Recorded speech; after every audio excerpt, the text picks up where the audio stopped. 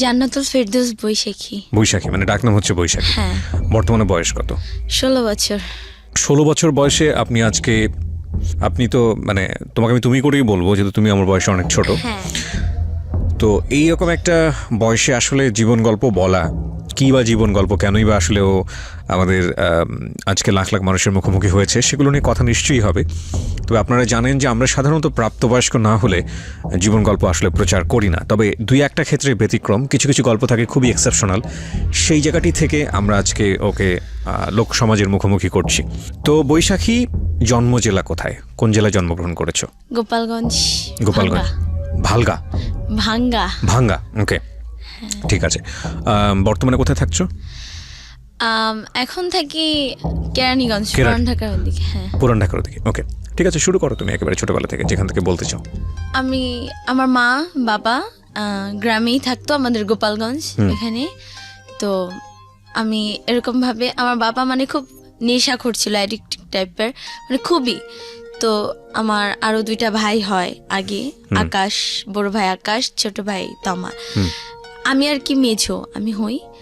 তো আমার যখন আমি হই নাকি, তখনই নাকি আমার বাবাই নাকি আমার মার উপরে মানে খুব টর্চার করে, যে কেন একটা মেয়ে হইলো। একবার নাকি আমাকে মানে ছুঁড়ে ফেলে দিয়েছে বাগানে। আচ্ছা, হ্যাঁ। তো এখান থেকে তোমার বাবা পেশায় কি ছিল? পেশায় কিছুই করতো না, মানে জেলের ছিল, কখনো মানে জেলের কাজ করতো, কখনো এটা করতো, কখনো সেটা করতো, আর অল টাইম নেশাই করতো। মানে আজকে খাওয়ার মতো খাবার আছে, কালকে যে কি হবে তার সেটা মানে সেই করতো না। তো যখন আমার বয়স আস্তে আস্তে বাড়লো, 1.5 মাস হলো, তো আমার আবার আমার মারা হচ্ছে 4 বোন, আমার মা হচ্ছে সবার ছোট, আর আমার খালা হচ্ছে 3 নাম্বার আর কি। তো আমার খালার বিয়ে হয়েছে, তার বেবি কনসিভ হচ্ছিল না, অনেক বছর হয়ে গেছে বিয়ের। তো এইভাবে একটা চাপ ছিল। তো হওয়ার পরে সে গ্রামে যায়, শুনে আমার কাহিনী, যে নেক্সট আমার কি হবে, আমার ফিউচারের কথা চিন্তা করে সে আমাকে নিয়ে আসে। 1.5 মাস বছর বয়সে নিয়ে এসে নিজের মেয়ের মতোই লালন পালন করে।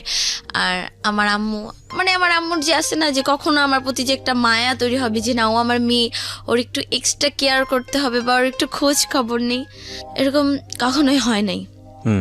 ঢাকা শহরে যাই, আমার খালা ঢাকায় গুলশান 2 থাকে, তো ওইখানে আমি লালন পালন হই। তো আমার মার আবার একটা ছেলে হয়, তো সেই ছেলেটা এখন আমার বাবা কোথায় ধরতে গেলে এখনো বাচ্চা আছে কি মারা আছে আমি যাই না, কারো খবরই তেমন একটা যাই না, শুধু মার খবর জানি। তো মার আর কি বিয়ে হয়ে যায়। ছোটবেলায় আমার খালু যে মা বাবা, তাকেই আমি মা বাবা বলে চিনতাম। তো আমাকে খুব আদর করতো, মানে আমি কিছু একটা মুখে বলার আগে, আমি খুব শৌখিন, কিন্তু মুখে বলার আগেই মানে আমাকে সেটা এনে দেওয়ার জন্য সবসময় ট্রাই করতো। বিয়ে হয়েছে কি, একটা লোক বিডিআর বলে, যে আর্মি বিডিআর রিটায়ার্ড হয়েছে, তার আগে আর একটা ওয়াইফ আছে, একটা ছেলে আছে অনেক বড় ডিপ্লোমা ইঞ্জিনিয়ার কমপ্লিট করছে, আমার মাকে আর কি বিয়ে করছে যে কোনো কারণে। তো ওই ঘরে এখন একটা মেয়ে আছে, নাম সাদিয়া, 10-11 বছর বয়স। গ্রামের বাড়িতে যখন বেড়াতে গেলাম, তো যাওয়ার পর এখানে আমাকে অনেকেই আমার খালাকে মানে বলতো আমাকে যে এখনো ওকে রাখছো বা এখনো ওকে পালতেছো, তোমার এখনো বাচ্চা হয় নাই। তো আমি এগুলা জাস্ট কেয়ার করতাম না, মানে বুঝতামই না কেয়ার কি, বুঝতামই না যে কি। তো আমাকেও জিজ্ঞেস করতো যে তুমি কি ওনাকে এখনো মা বলতেছো বা এখনো মা বলে ডাকো? তা আমি বলছি ডাকবো না, কাকে ডাকবো, আপনাকে? ওনাকে না মা বলে ডাকলে। তো বলছে আচ্ছা ঠিক আছে। তো এরকম আসতো, আমাকে এসে দেখে যেত। আচ্ছা, মানে আপনার খালাকে আপনি মা বলে ডাকতেন? হ্যাঁ, মা বলে ডাকতাম, বিকজ আপনি ওখানেই বড় হয়েছেন, তো ওনাকে মা হিসেবে জেনেছেন। জি, তারপর এভাবে আস্তে আস্তে আস্তে আস্তে মা যে খালা, সে মানে সে অনেক মডার্ন ছিল। তো সে আমাকে পালছে খুব শৌখিন ভাবে, অনেক আদর আল্লাহ দিয়ে। তো ফার্স্টে ভর্তি হয়েছি বাড়িদারা শিশু মঞ্চ কেজি অ্যান্ড হাই স্কুলে, ওইখানে ভর্তি হইলাম, ওখানে পড়াশোনা। তারপরে পাশে যে Kalachandpur high school and college, ওটা এখন সরকারি হয়ে গেছে, তো ওইখানে 10 পর্যন্ত আর কি পড়া। তো এরকম আমি যখন ক্লাস 5-এ পড়ি, আমি ক্লাস 5-এ আমাদের কালাচাঁদপুর স্কুলে ভর্তি হই। তো ওই স্কুলে ভর্তি হই, তো তখন আমি আমরা আবার দেশে গেছি, গ্রামের বাড়িতে বেড়াতে গিয়েছিলাম। তো ওইখান থেকে আসার পর শুনি যে সে বেবি কনসিভ করছে। ওকে, তো এইখান থেকে আর কি শুরু গল্পটা, এখান থেকে।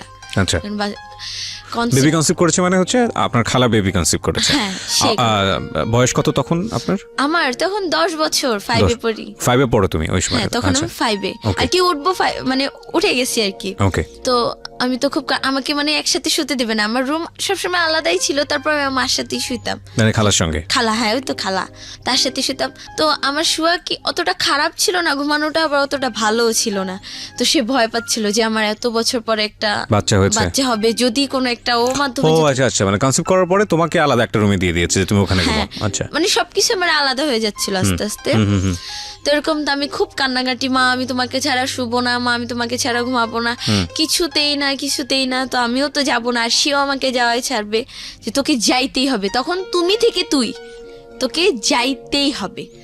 তা সেরকম তো আমি যাবো না, খুব কান্নাকাটি করতেছি। যে আমার খালু বাবা, সে আমাকে এতটা মারলো, লাইফের ফার্স্ট অনেক মোটা একটা লাঠি দিয়ে মারার পরে আমাকে আলাদা রুমে রাখলো। আমি এমনি পাই ভয় পাওয়ার ফলে কি আমি খুব কান্নাকাটি করলাম, সারা রাত আমি চিল্লাইছি, মা তুমি কেন আমাকে ছেড়ে দিলে বলো, আমি তোমার বুকে শুবো মা, মানে অনেক কথা বলছি। পাশে তখন টিন সেট বাসা ছিল, তো পাশের রুম থেকে আর কি শোনা যায়। তো একটা মহিলা বলতেছে যে সারা রাত মেয়েটা এভাবে ঘুমায় নাই, সে তার মতো সে ঘুমায় গেছে, চিল্লাইছে মেয়েটা আর এভাবে কান্নাকাটি করছে মার কাছে যাওয়ার জন্য। তো যাই হোক, এক পর্যায়ে সকাল হলো, তো এরকম মানে খুব অ্যাভার্ড যে বাচ্চা হ্যান ত্যান।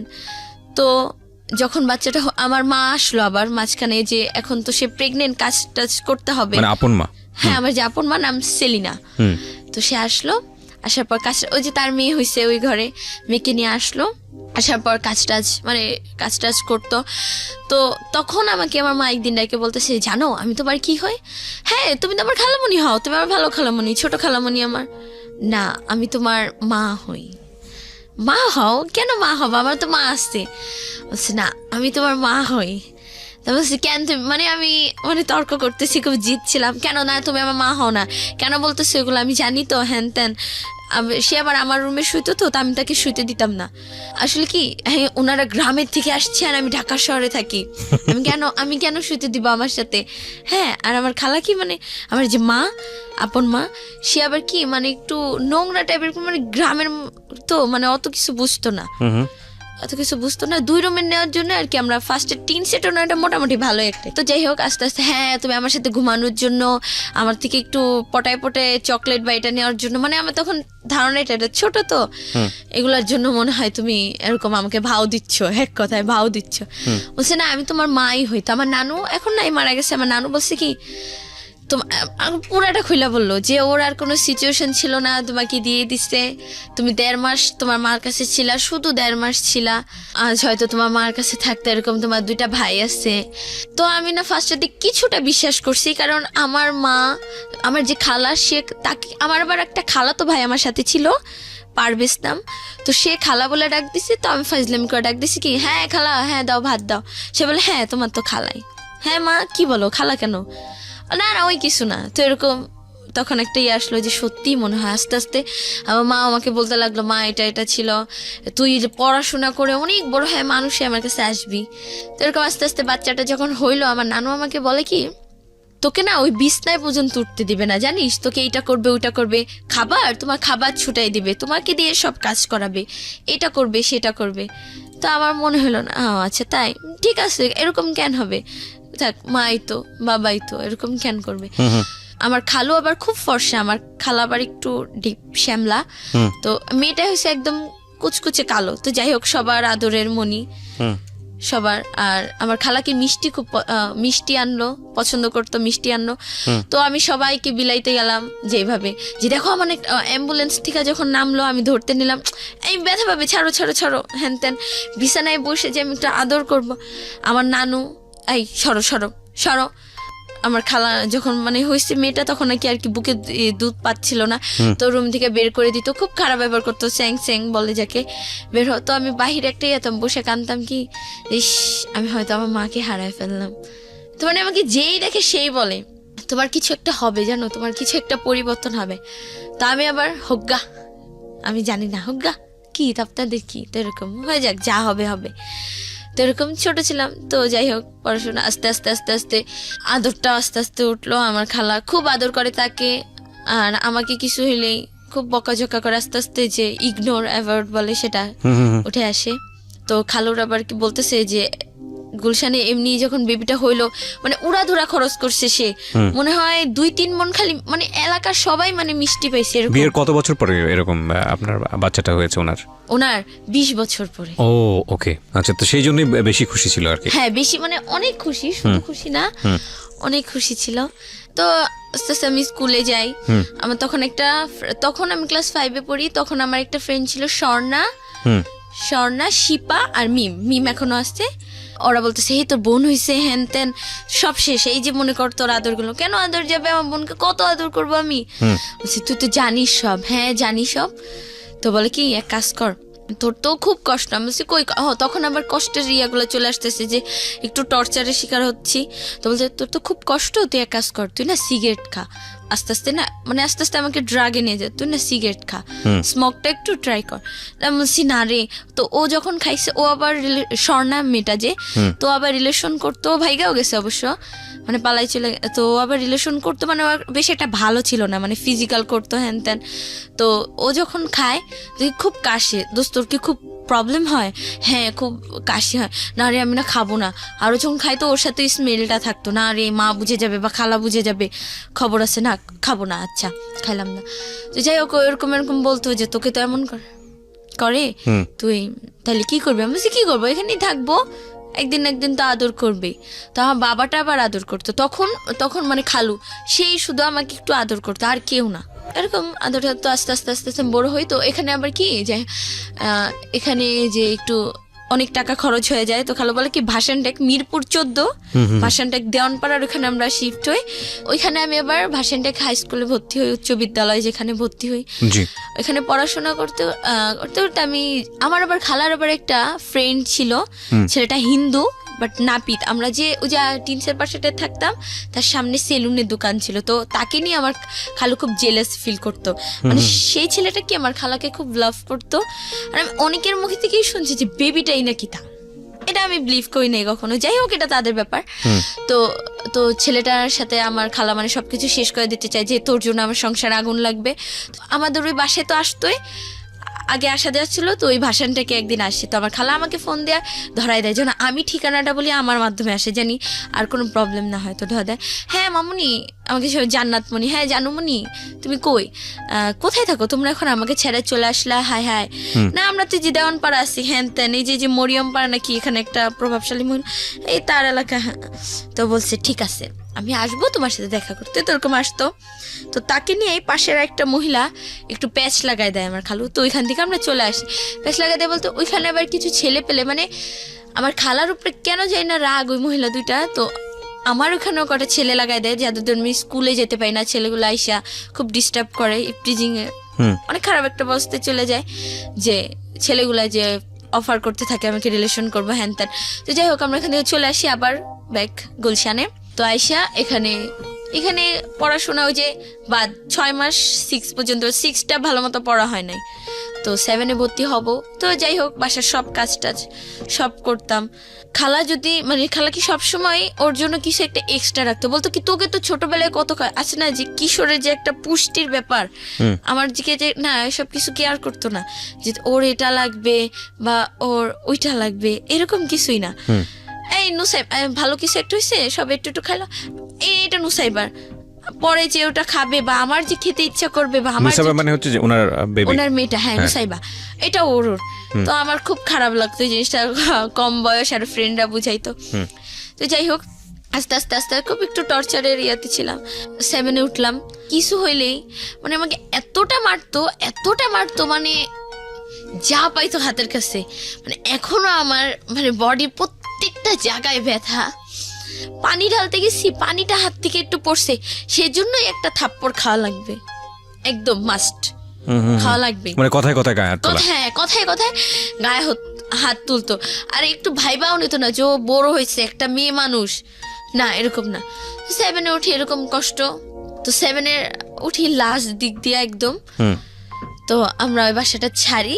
এখন আমরা একটু টাকার সমস্যায় পড়ে গেছি, কারণ আমার খরচ আমাকে তো একদম বিয়ে দিয়ে দিবে। তা আমার খরচ, আমার খালুর আবার কথা কি না থাক পড়তে থাক, এসএসসির পরে তো জানি হিসাব করা যে 16 বছর হবে, এইচএসসির পরে ওর 18 বছর হলে ওকে একটা সরকারি জব দিয়ে দিব, ওর নিজের লাইফ নিজে করবে। ওকে। তো ওই তো আবেগের বয়স, ফ্রেন্ডরা ছিল, এটা বলে ওটা বলে কদিন পর পর যে তুই একটা রিলেশনে যা, তুই তো এরকম সেরকম, তোর উপরে ক্রাশ খাইছে। আমি কেয়ার করি নাই। 7-এ আমরা 7 তলা একদম ছাদের উপরে বাসা নেই, আর আমাদের 5 তলা একটা ছেলে থাকে, ওই ফার্স্ট লাভ। জি। ছেলেটার নাম নাইমুল হাসান সিজান আর কি, সবাইকে সিজান বলে ডাকতো। আচ্ছা। আমরা যেদিন বাসায় উঠি ওই দিন ছাদের উপরে ছিল, আমরা সবকিছু আমাদের মালামাল সেট করি। তো সেই দিন ওকে দেখে কেন জানি আমার মানে মনে হলো কি যে মানে কত আগের যেন চেনা, কত কিছু জানি, যে খুব অনেক অনেক মানে আস্তে আস্তে এত ডেভেলপার। ও 5 তলায়, আমি 7 তলায়। তো সিজান, ওর একটা বোন আছে নাম সিনিন্না, ওর বাবা পুলিশে চাকরি করে। আচ্ছা। চিটাগাং। ওর মা, ওর বোন আর ও থাকে এখানে, ওর বাবা ওইখানে কোয়ার্টারে থাকে। তা তো আস্তে আস্তে এরকম ও আবার, আমি তখন ও আমাদের স্কুলে তখন 9-এ পড়ে, আমি তখন 8-এ উঠবো আর কি, 7-এ। আমাদের আর কি এলাকায় আমাদের একদম গেট সোজাই একটা মাঠ, তো মাঠের ওখানে আরিয়ান স্যার কোচিং করাতো। তো আমি ওখানে ভর্তি হয়ে গেলাম যে পড়াশোনা আবার তো স্টার্ট করছি, তো পড়াশোনা তো ওইখানে ও বসে থাকতো। ও কি খুব খারাপ ছেলে ছিল, আমি জানতাম না, মানে দেখে খুব ইনোসেন্ট মনে হয়, খুবই আমাকে দেখে না টোন করতো, মানে মানে মানে আমার ফ্রেন্ডরা মিম আবার খুব মডার্ন ছিল। আমি মানে এতটাই ছিলাম, মানে আমার ঘরে কখনো লিপস্টিক পর্যন্ত কিভাবে দিতে হয় এটা আমি জানতাম না, কাজলটা হালকা জানতাম, আমার খালা খুব মডার্ন ছিল, বাট আইলাইনারটা চিনতাম না, এরকম কিছুই ছিল না। ওখানে গেলাম, তো সিজন কি আসে না যে একটা মডার্ন মেয়ের সাথে যদি খ্যাত বলতো, যেটাকে খ্যাত মেয়ে যদি যায় স্বাভাবিক হাসবে। তো একদিন দুদিন আমার ফ্রেন্ডরা খেয়াল করলো যে হাসে, আমি বললাম কি দোস্ত এই ছেলেটাই তো সেই ছেলেটা। আমি বলছি ওকে আমার ভালো লাগছে, বলছে ভালো লাগছে, এটাকে ক্রাশ বলে। আমি বলছি কি বলে? ক্রাশ। আমি বলছি আচ্ছা এটাই ক্রাশ? বলছে হ্যাঁ এটাই ক্রাশ। তো হাসে, তো আমি বলে কি এই যে দেখছিস, তোকে দেখে ও হাসে, ও তোকে লাইক করে, দেখ ও তোকে, কিন্তু ওকে দেখে হাসে যে ওর সাথে আমাকে ওকে দেখে হাসে, ও না তোকে দেখে হাসে রে, তোকে পছন্দ করছে, এই তো তোর ফার্স্ট লাভ এবার সাকসেস হবে। তো যাইতাম, তো 6টা থেকে 9টা পর্যন্ত হইতো রাত কোচিংটা। তো ওইখানে বসে থাকতো, তো আবার 8টার সময় চলে যেত। তো প্রতিদিন একটা এক্সকিউজ দিতাম, স্যার আমার পেট ব্যথা, এটা ওইটা, ওকে আমি দেখা যাবো, দেখে বের হবো, দেখে ঢুকবো, দেখে বের হবো, তো এরকম। তো এরকম কোচিংয়ে তো স্টাডি করতেই থাকলাম। তো স্কুলে যেতাম, তো ও আর কি আস্তে আস্তে বুঝলো কিভাবে, ও ছাদে যাইতো, ছাদে ও মেয়েদের সাথে কথা বলতো ফোনে, ওর গার্লফ্রেন্ড মানে জিসান মেয়েদের সঙ্গে কথা বলতো। জিসান না সিজান, ওকে হ্যাঁ সিজান মেয়েদের সাথে অনেক কথা বলতো। আমার দিকে মানে মুগ্ধ হয়ে তাকায় থাকতাম। একটা ছেলে কিন্তু বুঝে যে একটা মেয়ে তাকে ফলো করতেছে, ও যেদিক দিয়ে। তখন আপনি ক্লাস 6-এ পড়েন? 7, ক্লাস 7-এ। ওকে। আমাদের ক্লাস হচ্ছে কালীচাঁদপুর স্কুল, তো এখানে মেয়েদের হচ্ছে 7টা থেকে ক্লাস 12টা পর্যন্ত, আর ছেলেদের 12টা থেকে 5টা পর্যন্ত। তো আমি আবার আরেকটা কোচিং করতাম ওই স্কুলের স্যারের এখানে। যাই হোক, তো আমি 6টা থেকে 6টা আর কি বাসা থেকে বের হতাম, তো 7টায় ক্লাস, তো 12টা এসে।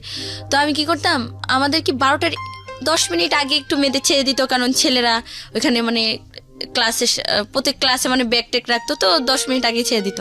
তো আমি না 10 মিনিট পরে বের হতাম, মানে ঘোরাফেরা করতাম স্কুলে, যে ওকে একবার দেখবো। আর মিমকেও সাথে রাখতাম, দোস্ত তুই থাক, আমার হাত পা কাঁপে যদি কিছু একটা বলে। ও আবার খুব রাগী সিজান। আচ্ছা। আর মিম বলতো কি, আরে হয়েই তো গেল তোর কানেকশন, তুই এত ভয় পাস কেন? ও আচ্ছা ঠিক আছে। তো তো আবার বলতেছি কি, আমি আবার স্কার্ফ বানতাম, এই তুই না আর হিজাব বানবি না কেন?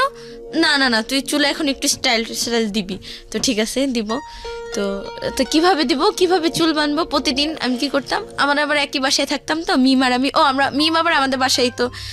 তো হ্যাঁ, কিভাবে প্রতিদিন স্কুল ড্রেসটা পরে বাস চিরুনি আর ব্যান্ড নিয়ে আমি ওর কাছে যেতাম, আমাকে একটু স্টাইলিশ ভাবে বেঁধে দিত। হ্যাঁ, আর এখন মুখে একটু পাউডার দিয়ে দিত, যে না বাবা এখন আর আগের মতো খ্যাত থাকলে চলবে না, এখন তোমাকে একটু মডার্ন হইতে হবে। তো ঠিক আছে। তো ও ছাদে যায়, তো আমি তাকাই থাকি, হ্যান করি ত্যান করি। তো আস্তে আস্তে না ছেলেটা বুঝতে পারলো, হ্যাঁ বুঝতে পারে না, আরো হাসে। এখন আমাকে দিয়া মানে একটু কথা বলে, যে এই মেয়ে, আর ওর ফ্রেন্ডরা আমাকে দেখলেই, নাইম আর সোহান 2টা ফ্রেন্ড ওর, তোমার কি এই সিজান, মানে আমি ঢুকবো স্কুলে দেখা হইলো বা কোচিংয়ে যাচ্ছে, আমাকে দেখে ওই সিজান মানে ডাকতেছি কিন্তু আমাকে রেডিকেটেড করে, বাট ওকে আমি যখন তাকাতাম এই সিজান মানে হ্যাঁ দোস্ত ভালো আছো মানে ওর দিকে ইয়া করতাম, কি হলো ব্যাপারটা আমাকে টিচ করতেছে না। তো এরকম আমি 8-এ উঠলাম, 7 থেকে 8-এ উঠলাম। তো ওঠার পরে 10-এ না 9-এ উঠলে তো খেয়াল নাই। তো ওই যে 1 বছর তো শেষ করে দিলাম প্রেমে বলতেই পারলাম না কখনো। তো মিমকে বলে কি মিম দোস্ত ওকে তো একটু বলা উচিত, বলবি ও তো মাঠে থাকে হ্যান থাকে, তোর তো ফোন নাই। ফোন তখন আবার খালো আবার স্মার্টফোন একটা কিনছে। তো বলে কি তোর কি এফবি আইডি আছে? আমি বলি এফবি কি আবার, এফবি কি? বলে কি ফোন মানে ওটা একটা সোশ্যাল নেটওয়ার্ক, ওইটা আবার কি? বলে কি ফেসবুক। ফেসবুক, হ্যাঁ ফেসবুকের নাম শুনছি। তো এফবি কি? আরে বাবা ওইটা সংক্ষিপ্ত রূপ। আমি বলছি ও আচ্ছা। বলে আইডি আছে? আমি বলছি এইসব কি? মানে তোর নামে একটা আইডি, হ্যান তেন বুঝাই দিল যে এটা এরকম আইডি। তো বলছি না। তো আমার খালার ছোট ফোনটা আবার চালান যেত বাটন। তো এখানে জান্নাত মনি দিয়ে জাস্ট একটা আইডি খুলে দিল, ওকে রিকোয়েস্ট পাঠাইলাম, ওর আইডি নাইমুল হাসান সিজান। তো পাঠাইলাম, ও অ্যাকসেপ্ট করে নাই ও, কারণ এখানে কোনো পিক ছিল না আমার, তাই ফেক আইডি মনে করে অ্যাকসেপ্ট করে। তো এরকম বলবো আর বলা হয় না। ওই আমি আবার মাঝখান দিয়ে শুনতে পারলাম যে সিজান নাকি এতটাই খারাপ একটা ছেলে ছিল, মানে আমি সিজানটা পাগলের মতো ভালোবাসতাম, পাগলের মতো। মানে ও আমার আবার একটা কোচিং হলো 4টা থেকে 6টা পর্যন্ত, ও কখন নামবে আমি ওরকম দাঁড়ায় থাকতাম সিঁড়িতে, একাধারে দাঁড়ায় থাকতাম, ওর সাথে দেখা করব, ওর সাথে একটু কথা বলবো, শুধু একটু কথা বলবো ওর সাথে, ব্যাস এরকম। তো একদিন ও আমাকে মাঠে সবার সামনে মানে, আর ও সিজান ছেলেটা কি খুব গালাগালি করতো, মানে খুব আমার মাকে নিয়ে বাবাকে নিয়ে মানে খুব বিশ্রী ভাষায় গালাগালি করতো।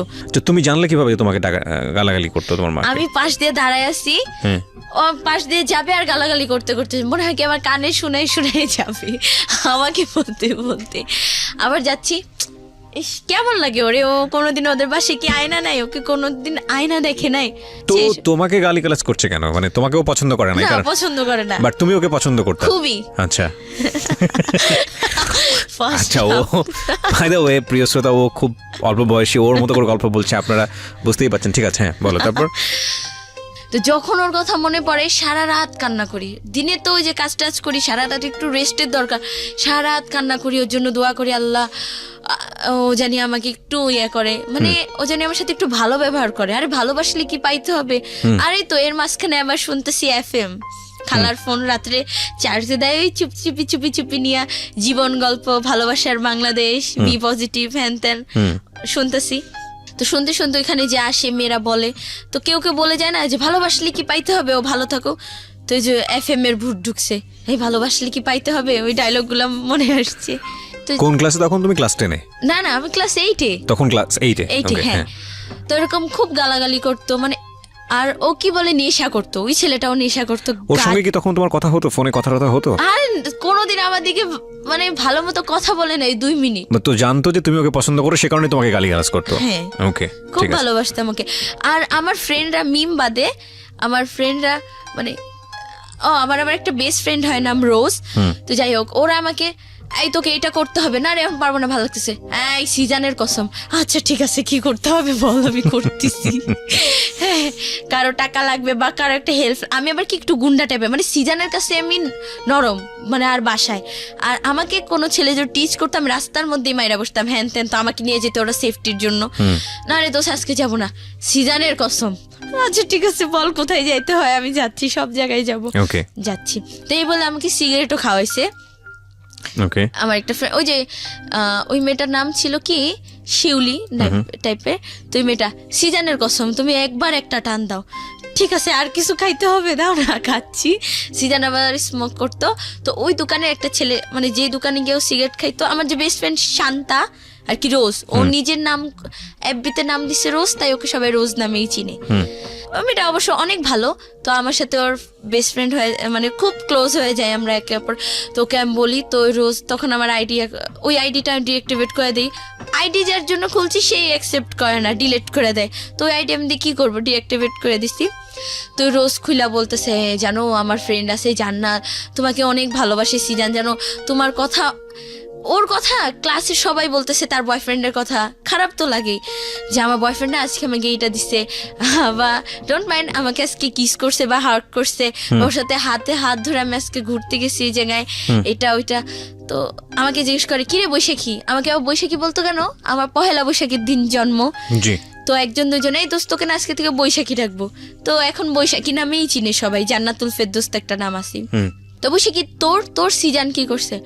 তো আমি ক্লাসের মধ্যেই মানে এত জোরে জোরে চিল্লায় কান্না করতাম, মানে সবাই বলতো ওই ছেলেটা কি এগুলো বুঝতে পারে না, সিজান সিজান বলা কান্না করতাম, সিজান সিজান বলা, মানে এতটাই পাগল হয়ে গেছিলাম। তো রোজ বলতো এরকম এরকম, তো তোমাকে অনেক ভালোবাসে। বলছে কি যে দেখো আমি ভালো না, আমি ওকে বলো ও যদি আমার সাথে ফিজিক্যাল কিছু একটা করে তাহলে আমি ওকে মাইনা নেব। বলছে ও তো এরকম মেয়ে না, আর তুমি ওকে জিজ্ঞেস করে দেখো, ও ফিজিক্যালের মানেই বুঝে না, তোমাকে জিজ্ঞেস করে দেখো। সিজন বলেছে এটা? হ্যাঁ, আর আমার রোজ ফ্রেন্ডের হচ্ছে কাছে। হলো তোমার হয়ে সিজনকে এই ধরনের কথা বলেছে? না মানে বলছে যে যে মানে আমার সাপোর্ট নিয়ে বলছে যে তোমাকে লাভ করে। ওকে, হ্যাঁ বুঝতে পারছি, মানে কি বলে হচ্ছে মিডল ম্যানের ভূমিকায় আছে আর কি। হ্যাঁ, তো তারপর আর ওকে দেখলে অটোমেটিক আমার মানে একটা ছেলেকে মারবো বা একটা ইয়াতে আসছি যেমন ফ্রেন্ডকে, ওকে দেখলে দোষ আজকে না হবে না, বাদ দে সবকিছু শেষ আজকে, এই সিজানের কসম, ঠিক আছে ওকে ওভারটেক করি তারপর আমি যাচ্ছি, ও আমার সামনে থেকে যাক, তারপর মাইরা দে মনে, ভাই ঠিক আছে ঠিক আছে। তো এরকম আস্তে আস্তে আস্তে আস্তে ছেলেটা, তো আমি 9-এ উঠি। এইটি আবার রেজাল্ট কি ওই পড়াশোনা মানে পড়াশোনা একদম গোল্লায় যায় আমার, পাই 3.50 জিএসসি-তে।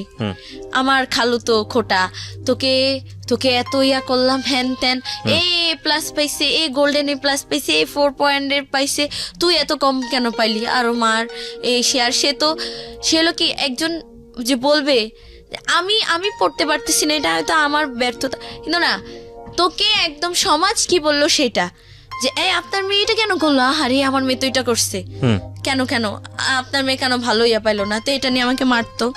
তো যাই হোক 9-এ উঠলাম, তো আমি এসব কেয়ার করি না, পেয়ার কিয়া তো ডার না কিয়া, ভালোবাসতাম। সিজান করলাম, তো সিজান আমাকে, আমি আবার পরে এই যে এফএম শুনতাম, যে আপনাদের ইয়াটা তো শুনতামই, তো শুনতে শুনতে এখন আমার খালা কি বুঝে গেছে যে আমি রাত্রে ফোন ইউজ করতেছি, ফোন আমি কথা বলি না বাট এফএম শুনি। তো এরকম আর ফোন দেয় না, এমন জায়গায় লুকায় রাখে ফোন, আমি মানে ওই যে বালিশের নিচ টিচ চেক করে, তার বডি চেক করে আমি ফোন পাইতাম না, আল্লাহ জানে ফোন করে রাখতো। তো ফ্রেন্ড আমার আবার শান্তা কি ওর আবার একটু ফ্রিডম বেশি ছিল, ওর বোন আবার একটু মডেল টাইপের, তো ফোন ইউজ করতে স্মার্টফোন। ও আবার এফবিতে একটা ভাই বানায়, নাম নাইম ছেলেটার। তো তখন নাইম নামে ও নাকি ফেসবুকে ভাই বানাইছে, হ্যাঁ ওই ছেলেটাকে, নাইম রংপুর থাকে। তো নাইম ছেলেটা, হে আমার একটা ভাইয়া হয়েছে জানিস, তোকে তো সিজান এত অ্যাভয়েড করে, 2 বছর এমনিই চলে গেছে, এত অ্যাভয়েড করে, তুই একটু ভাইবা দেখ, তুই দেখ ভাইয়াটা খুব সুন্দর, ভাইয়ার গার্লফ্রেন্ড নাই, ছিল ব্রেকআপ হয়ে গেছে, নাম ঐশী, ওর নামও ছিল জান্নাতুল ফেরদৌস, কিন্তু ঐশী আর আমার বৈশাখী। তোমার কি লেখাপড়া করতে না, সারাদিন এগুলো নিয়ে কথাবার্তা বলতে? তো নাইম ছেলেটার সাথে আমার রিলেশনটা করাই দেয় বলতে কি, তুই দেখ তোর সিরিয়াস হওয়া লাগবে না, ভাইয়াটা সিরিয়াস হবে, তোর তো এত সমস্যা, ভাইয়াটা তোর খরচ দিবে, লাগলে তোকে ভাগাই নিয়ে বিয়েও করবে বাবা, তারপরও তুই দেখ কি হয়। তো এরকম আস্তে আস্তে 9-এ তখন, আস্তে আস্তে ছেলেটা 1 মাস হয়, জানুয়ারি চলে যায়, তো আমি সিরিয়াস না, ছেলেটা সিরিয়াস হয়ে যায়। তো দেখ আমি মাঝখানে ব্রেকআপ করে দিই, ধুর আমি সিজানকে ছাড়া কাউরে না রে, এইসব ছেলে চলবে না। বলছি খুব ভালো, তো ধর তুই বাদ দে, তুই সিজানেরই পটা দেখ। আমি কি নাইমের কাছে যাবো, আমি পানি খেতে গেল, ওই পানির গ্লাসেও আমি সিজানকে দেখি, হ্যাঁ আরো 2 বছরের একটা মায়া পড়ে গেছে, আমাকে ছাড়তে পারবো না, তুই পারলে যা ছাড়গা, বা তুই নাইমকে ধরগা, হ্যাঁ আমার ভাই লাগে চুপ, দুজনের তো এরকম ঝগড়া। শান্তার বাড়িও হচ্ছে আমাদের গোপালগঞ্জ ওদিকেই। তো যাই হোক দেশীয় আরো ফ্রেন্ডশিপ। তো এখন ফোন দিচ্ছে না, এখন নাইমও বলতেছে না, আচ্ছা বল কি, আচ্ছা ঠিক আছে তোর এফবি চ্যানেল লাগবে না, বল তুই স্মার্ট হবি না। তো শান্তা আবার আমার বলে কি, ওর বোন আবার বাইরে, মানে ওদের ফ্যামিলি অবস্থা অনেক ভালো, অনেক মা বোন সবাই বড় লোক খুবই। তো ফাউন্ডেশন বের করে, এটা দোষ, এটার নাম কি ফাউন্ডেশন, আচ্ছা এটার নাম কি আইলাইনার, ও আচ্ছা লিপস্টিকও আমি লিপস্টিক বলতাম না, লিপস্টিক বলতাম, তো লাইক তো বুঝলো না এটা লিপস্টিক হবে, এটা ব্লাশন, এটা শেড, এগুলো দিয়ে কি করে, এগুলো দিয়ে এরকম সাজে, তুই সাজে যাবি সিজানের সামনে, দেখবি ও তোকে ও ডিসিশন চেঞ্জ করে ফেলবে, 2 বছরে যেটা না হয়েছে এই বছরে সেটা হবে, একদিন একটু সাজিয়ে দে না, সাজাই দিল, মানে মাশাল্লাহ, মানে সেদিন আমাকে এত সুন্দর লাগতেছে, মানে ওই যে কখনো সাজি নাই। আয়নার সামনে গিয়ে বলি, আয়নার সামনে গিয়ে আমি বলতেছি কি, হ্যাঁ জান্নাত, হ্যাঁ এখন তুমি পারফেক্ট সিজনের জন্য, এখন তুমি পারফেক্ট। হ্যাঁ, আর সিজান সেজে আবার বলতেছি, হ্যাঁ জান্নাত তুমি তো জলপরি ছিল, আমি তো বুঝতে পারি নাই তুমি এত সুন্দর। হ্যাঁ তো ঠিক আছে, আমি সব ভণ্ডামি বাদ যাও, আজকে থেকে শুধু জান্নাতি। হ্যাঁ, রিসেন্ট ফের বলে কি দোস্ত যদি এটা না হয়, বলছে এটা না হলে নাই, তুই আর আসবি না বা ওকে তুই ভুলে যাবি। বলছে আমি না পারবো না রে। কয় এরপরে ঠিক আছে, যদি সিজান তোকে পছন্দ না করে, তুই যদি ওর নাম নেস তাহলে আমি তোকে গুলি করব বা ওকে গুলি করব। আমি বলছি দোস্ত দাঁড়াও, গুলিটা তুমি আমাকে মারবা। বলে কি ওকে গুলি মারবা আর তোকে জুতা দিয়ে পিটাবো। আর ক্লাসে আর এখন থেকে তো এরকম এত স্মার্ট হয়ে গেছি, মানে চুল আমার খুব বড় আর খুব কোকড়া ছিল, তো আস্তে আস্তে চুলের যত্ন নিচ্ছি। হ্যাঁ, মানে এটা করছি, ফেসিয়াল করব, এটা করব, এই দুধ দিয়ে, দুধের সর দিয়ে, লেবুর রস দিয়ে, আটা চিনি এটা দিয়ে মুখে মাখি। আমার কালার তো কি রে, ওর কি হলো? হ্যাঁ, চুলের কালার কিনে আনছি, চুলের কালার করছি, চুলে সেই একটা হাইফাই অবস্থা। তো আস্তে আস্তে সিজান একটু ভাবলো কি রে ওর কি হলো, বাতাস টাতাস লাগছে নাকি সবাই। তো ক্লাসে যাই ওরকম কান্না করি, সিজান সিজান, আর দেখি কি আমি মাথা নিচু করে সিজান সিজান করে কান্না করতেছি, উঠে দেখি কি সবার হাতে জুতা, নাহলে সবার হাতে স্কেল। তোকে আজকে মেরেই ফেলবো, তুই কেন সিজানের নাম বলিস, ওকে তোকে ভুলতেই হবে। ভুলতে তো পারতেছি না, দূর মিয়া তোরা ভুল গা যা। তো ক্লাস 9-এ 13ই ফেব্রুয়ারিতে আমি ফোন কিনি। ফোন কিনি কি, ওইখানে আবার তো কমিশনার জাকির হোসেন বাবুল, সে আমাকে ভাগ্নি বানায়, তাই জান্নাত তুই আজকে থেকে আমার ভাগ্নি। আর মাধুর্যন আমার একটা ফ্রেন্ড ছিল, তো মাধুর্য, শান্তা, ওই যে রোজ, আর আমি বসে কি এই 3জন ক্লোজ ফ্রেন্ড হয়ে গেলাম। যেখানে যাই 3জন, ওয়াশরুমে গেলেও 3জন, সব জায়গায় 3জন। ক্লাসে একজন বই না আনলেও 3জন যারাই যেতাম, আর 2জনের বই হয়তো অন্য কাউকে দিয়ে দিতাম বা লুকানো থাকতো, এরকম এত ক্লোজ ছিলাম। তা আমিও টাকা নিলাম, মামা ফোন কিনবো, 8-9 হাজার টাকা নিলাম, সুন্দর একটা স্যামসাং ফোন কিনলাম। যা আজকে থেকে আমারও একটা FB-ID হবে পার্সোনাল, আমিও FM শুনবো, হ্যাঁ মন দিয়ে শুনবো। তো যাই হোক, ফোন FB-ID খুললাম। ওই যে বললাম না যে মাঝখানে আগে বলছিলাম যে সিজান যে দোকান থেকে সিগারেট খাইতো, সেই যে দোকান থেকে ও সিগারেট খাইতো, তো ওইখানে একটা ছেলেকে আমি থ্রেট দিলাম, মানে খুব মারলাম, রাস্তাতে দোকান থেকে বের করে না, তুই কেন ওর কাছে সিগারেট বেচিস। হ্যাঁ আপু আজব তো, আমি হলাম দোকানদার মানুষ, আমি বেচবো বা এই করবো, আমার থেকে কিনতে আসে কেন কেন। তো যাই হোক, আস্তে আস্তে ও তো একদিন দুদিন নিয়ে গেলাম, তো যেদিন মারলাম সেদিনই নাকি কত বেহায়া ও আমার বান্ধবী শান্তার উপরে ক্রাশ খায়, ওকে মারি আর ওর দিকে তাকাই থাকি, ওকে মারি আর তাকাই। তো যাই হোক, ক্রাশ খেলো তো শান্তা, আর আমি কি করলাম, ওই সিজান আসতো, সিগারেট নিয়ে যেত, তারপর আমরা ঢুকতাম, এই কয়টা নিছি। তো ওই শান্তার উপরে যখন ক্রাশ খেলো, ক্রাশ বলে আর কি, যাকে লাভ করে নাকি ফেললো, ওই ছেলেটার নাম ছিল রাকিব। শান্তার উপরে ক্রাশ খাওয়ার পরে তো আমাকে পটাইতে হবে, শান্তা পর্যন্ত যাওয়ার আগে আগে বৈশাখীর কাছে আসতে হবে। হ্যাঁ আপনি না আজকে থেকে আমার বড় বোন, মারছেন বড় বোন তো শাসন করবেই ভুল হইলে, ঠিক আছে আপু আপনি আজকে থেকে আমার বড় বোন, আমি সিজান ভাইয়াকে একটু ম্যানেজ করে দেবো, জানি আপনার লাইনটা মানে হয়ে যায়, সেটেল হয়ে যায়। তো ঠিক আছে, তোমার ছেলেটা তার 13ই ফেব্রুয়ারি, হ্যাঁ না ওইটা হয়েছিল 8 না 9 ফেব্রুয়ারি, তো 13ই ফেব্রুয়ারি ফোনটা কিনে নিয়ে আসতেছি। তো ওই ছেলেটা আমাকে একটা শপিং গিফট দিল, আপু এটা না আপনার গিফট। কি এটা কি আছে দেখি, অনেক সুন্দর একটা ড্রেস, গ্রাউন্ড টাইপের যে শর্ট গ্রাউন্ডগুলো, ওইটা একটা গিফট করলো আমাকে। তারপরে দিল, তো আপনি এটা কালকে 14ই ফেব্রুয়ারি এটা পরে আপনি ঘুরবেন। ওকে ঘুরবো, প্রবলেম নাই, আপনি যা বলেন তাই। আমার আরো কিটক্যাট দেয়, চকলেট দেয় শান্তাকে পটাইতে। যাই হোক, শান্তা পাত্তা দেয় না, দোকানদার ছেলে, শান্তার নজর হলো খুব ভাই, ও আবার রিলেশন করতো অনেকগুলা, ও এরকম একটা ছেলেকে ভালো। যাই হোক, তো এভাবে আস্তে আস্তে পরেও 14ই ফেব্রুয়ারিতে গেলাম, হ্যাঁ মাধুর্যর বাসায় গেলাম আমরা, সারাদিন অনেক মজা। বাবুল কমিশনার মা বাবা তার আগের দিন 5,000 টাকা দেয়, তো ওই 5,000 টাকা খালাকে নিয়ে দেয়, তো সে খুব খুশি, আমাকে একা একা ছেড়ে দিচ্ছে, আমি হাতে জিলে দিয়ে ঘুরে আসি। তো ফ্রেন্ডরা 3 ফ্রেন্ড মিলে ঘুরি, 2জনে মানে 3জনে ঘুরি। তো এখন দেখি, এখন স্টাইল করি না, হ্যাঁ ওরা আবার একটু শর্ট, বাট মাধুর্য মেয়েটা খুব সুন্দর, বাট ওরা শর্ট, আমি একটু লং ছিলাম। তো আমার 2-3টা ওখানে স্থানীয় ছেলে মানে ক্রাশ খেয়ে গেলো। তো হ্যাঁ আপু এই ফোন নাম্বার দেন, না দিয়ে ছাড়বই না। ও ফোন কিনছি আবার, এই ফোন কি তোমার বাবা কিনে দিছে, কেন নাম্বার দিব, সিম কার্ড হ্যান ত্যান, না আপু দেন। আমরা তো যাই হোক সারাদিন ঘুরলাম, বের হয়েছি সকাল 9টায়, আসছি রাতের 8টায়।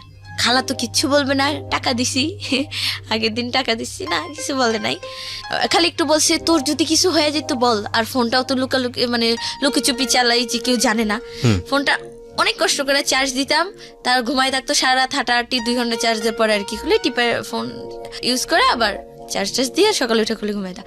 তো যাই হোক এই ঘুরলাম ফিরলাম, আমরা রিক্সা দিয়ে যাচ্ছি, আর ছেলে 3টা, ওইখানে আবার 3টা ছেলে বাইকে, আমাদের রিক্সা থামায়া বাইকে ধরে এই নাম্বারটা আপু দিলেন না, নাম্বারটা দিলেন না। পরে এক পর্যায়ে তাদের বাইকের তেল নাকি শেষ হয়ে যেত, আমরা তো 3জন খুব খুশি, হাল্লা বাচ্ছি। ও মা এখন দেখি বাস নিছে, বাস নিয়ে আমরা রিক্সা দিয়ে যাই, ও বাস দিয়ে সে আমাদের আগে দাঁড়ায়, হাই নাম্বারটা তো দিলেন না, এই নাম্বার দিব মানে। তো যাই হোক, তো অনেক মজা 3টা কাটায়। গুলশানের যে নাট রেস্টুরেন্ট, তো এখানে আমরা খাইলাম, আমি ট্রিট দিলাম, আমার কাছে আরো এক্সট্রা 8,000 টাকা ছিল, যে মামার থেকে, মামা টাকা দেন তো কিছু জানি না, টাকা নিতাম মামা থেকে, কমিশনের মামার টাকা নিতাম, ওরাও নিত, 3জনে মিলা যাক খাওয়া দাওয়া করলাম। করার পরে তো যাই হোক ঘুরলাম টুরলাম, সারাদিন আসলাম বাসায়।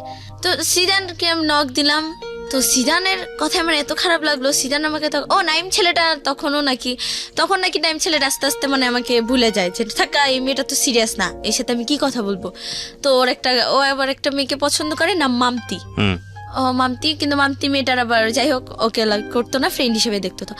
তো এরকম যাকে আমিও ভাবলাম কি যাকে, ও তো ওর বিজি লাইফে আছে, আমিও আমার মতো, কোনো প্রবলেম নেই। তো সিজানকে আমি নক দিলাম 14 ফেব্রুয়ারি। সিজান জানো আজকে কি দিন?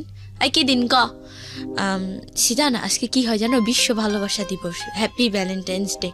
আজকে হ্যাপি জুতা দে, তাও কার জন্য জানিস? তোর জন্য। কেন সিজান, আমি কি করছি বলো? আমার ওপর মানে সেদিন একদম ওকে জোর জবরদস্তি ফোনে এফবিতে কি করছি বলো? তোমার আমাকে ভালোবাসতেই হবে, কেন বাসবা না বলো? আমার মধ্যে এখন কি কম আছে বলো? কি কম আছে? বা আমাকে খারাপ অফার দিল, এটা করতে আমি ভাইবা দেখবো, না বাবা আমি এটা করবো না। তখন আবার এটা একটু বুঝি, ফ্রেন্ডদের সাথে চলে না এটা হবে না। তো কয়েকদিন পরে আবার নক দিয়ে বলতেছে, হঠাৎ ওই নক দিয়ে বলতেছে কি একটা ছেলে আছে, প্রেম করবা? সিজান আমি কেন প্রেম করবো, কেন তুমি আসো না? আচ্ছা ধর আমি কেন, আমি কি তোমার সাথে রিলেশন করবো? তোমাকে আমি বউ বানাবো না কি? চিন্তা করো না, এসব চিন্তা করো না। দেখো তা আমি ওকে ও আজে বাজে কথা বলা, নেশা করতো তো আবার আজে বাজে। তো আমাকে একদিন বল কি তুমি এক কাজ করো, ওয়াশরুমে যাও। হ্যাঁ, ভয়েস মেসেজ দিচ্ছে রাত্রে, হেডফোন দিয়ে খুব চুপি চুপি এফএম শুনতাম আর চ্যাটিং করতাম। তুমি যাও ওয়াশরুমে, ওয়াশরুমে গিয়ে তোমার ফুল বডির পিকটা তুমি আমাকে তুলে তারপর আমাকে মেসেঞ্জারে সেন্ড কর। আমি বলছি কেন আমি দেখবো। তখন আমি না শান্তাকে নক দিলাম, দোষ কি করবো বল? বলছে আজকে তোর পরীক্ষা হবে যে তুই কে। আমি বলছি দাঁড়া, ঠিক আছে দাঁড়া। হ্যাঁ, ওরে ভাব নিলাম যে ওরে আমি এখনই বাসায় গিয়ে মায়ের আসবে। হ্যাঁ, ওরে নক দিয়ে বললাম কি কেন আমি না পারবো না, মানে এমবি নাই। শান্তা বলে কি বকা দিছিস? আমি বলছি হ্যাঁ সেই বকা দিছি, ওকে পারি নাই। পরের দিন আবার বলতেছে যে খারাপ পিক দিতে, মানে সেদিন মানে আমার খুব রাগ উঠেছিল। ও সেদিন আবার শুনছি কি ও নাকি ওর ব্যাপারে মানে সব জানছি যে ও খুব খারাপ, ও মেয়েদের সাথে ফিজিক্যাল করে, ও নেশা করে, মানে ও ভালোবাসা কিছুই বুঝে না।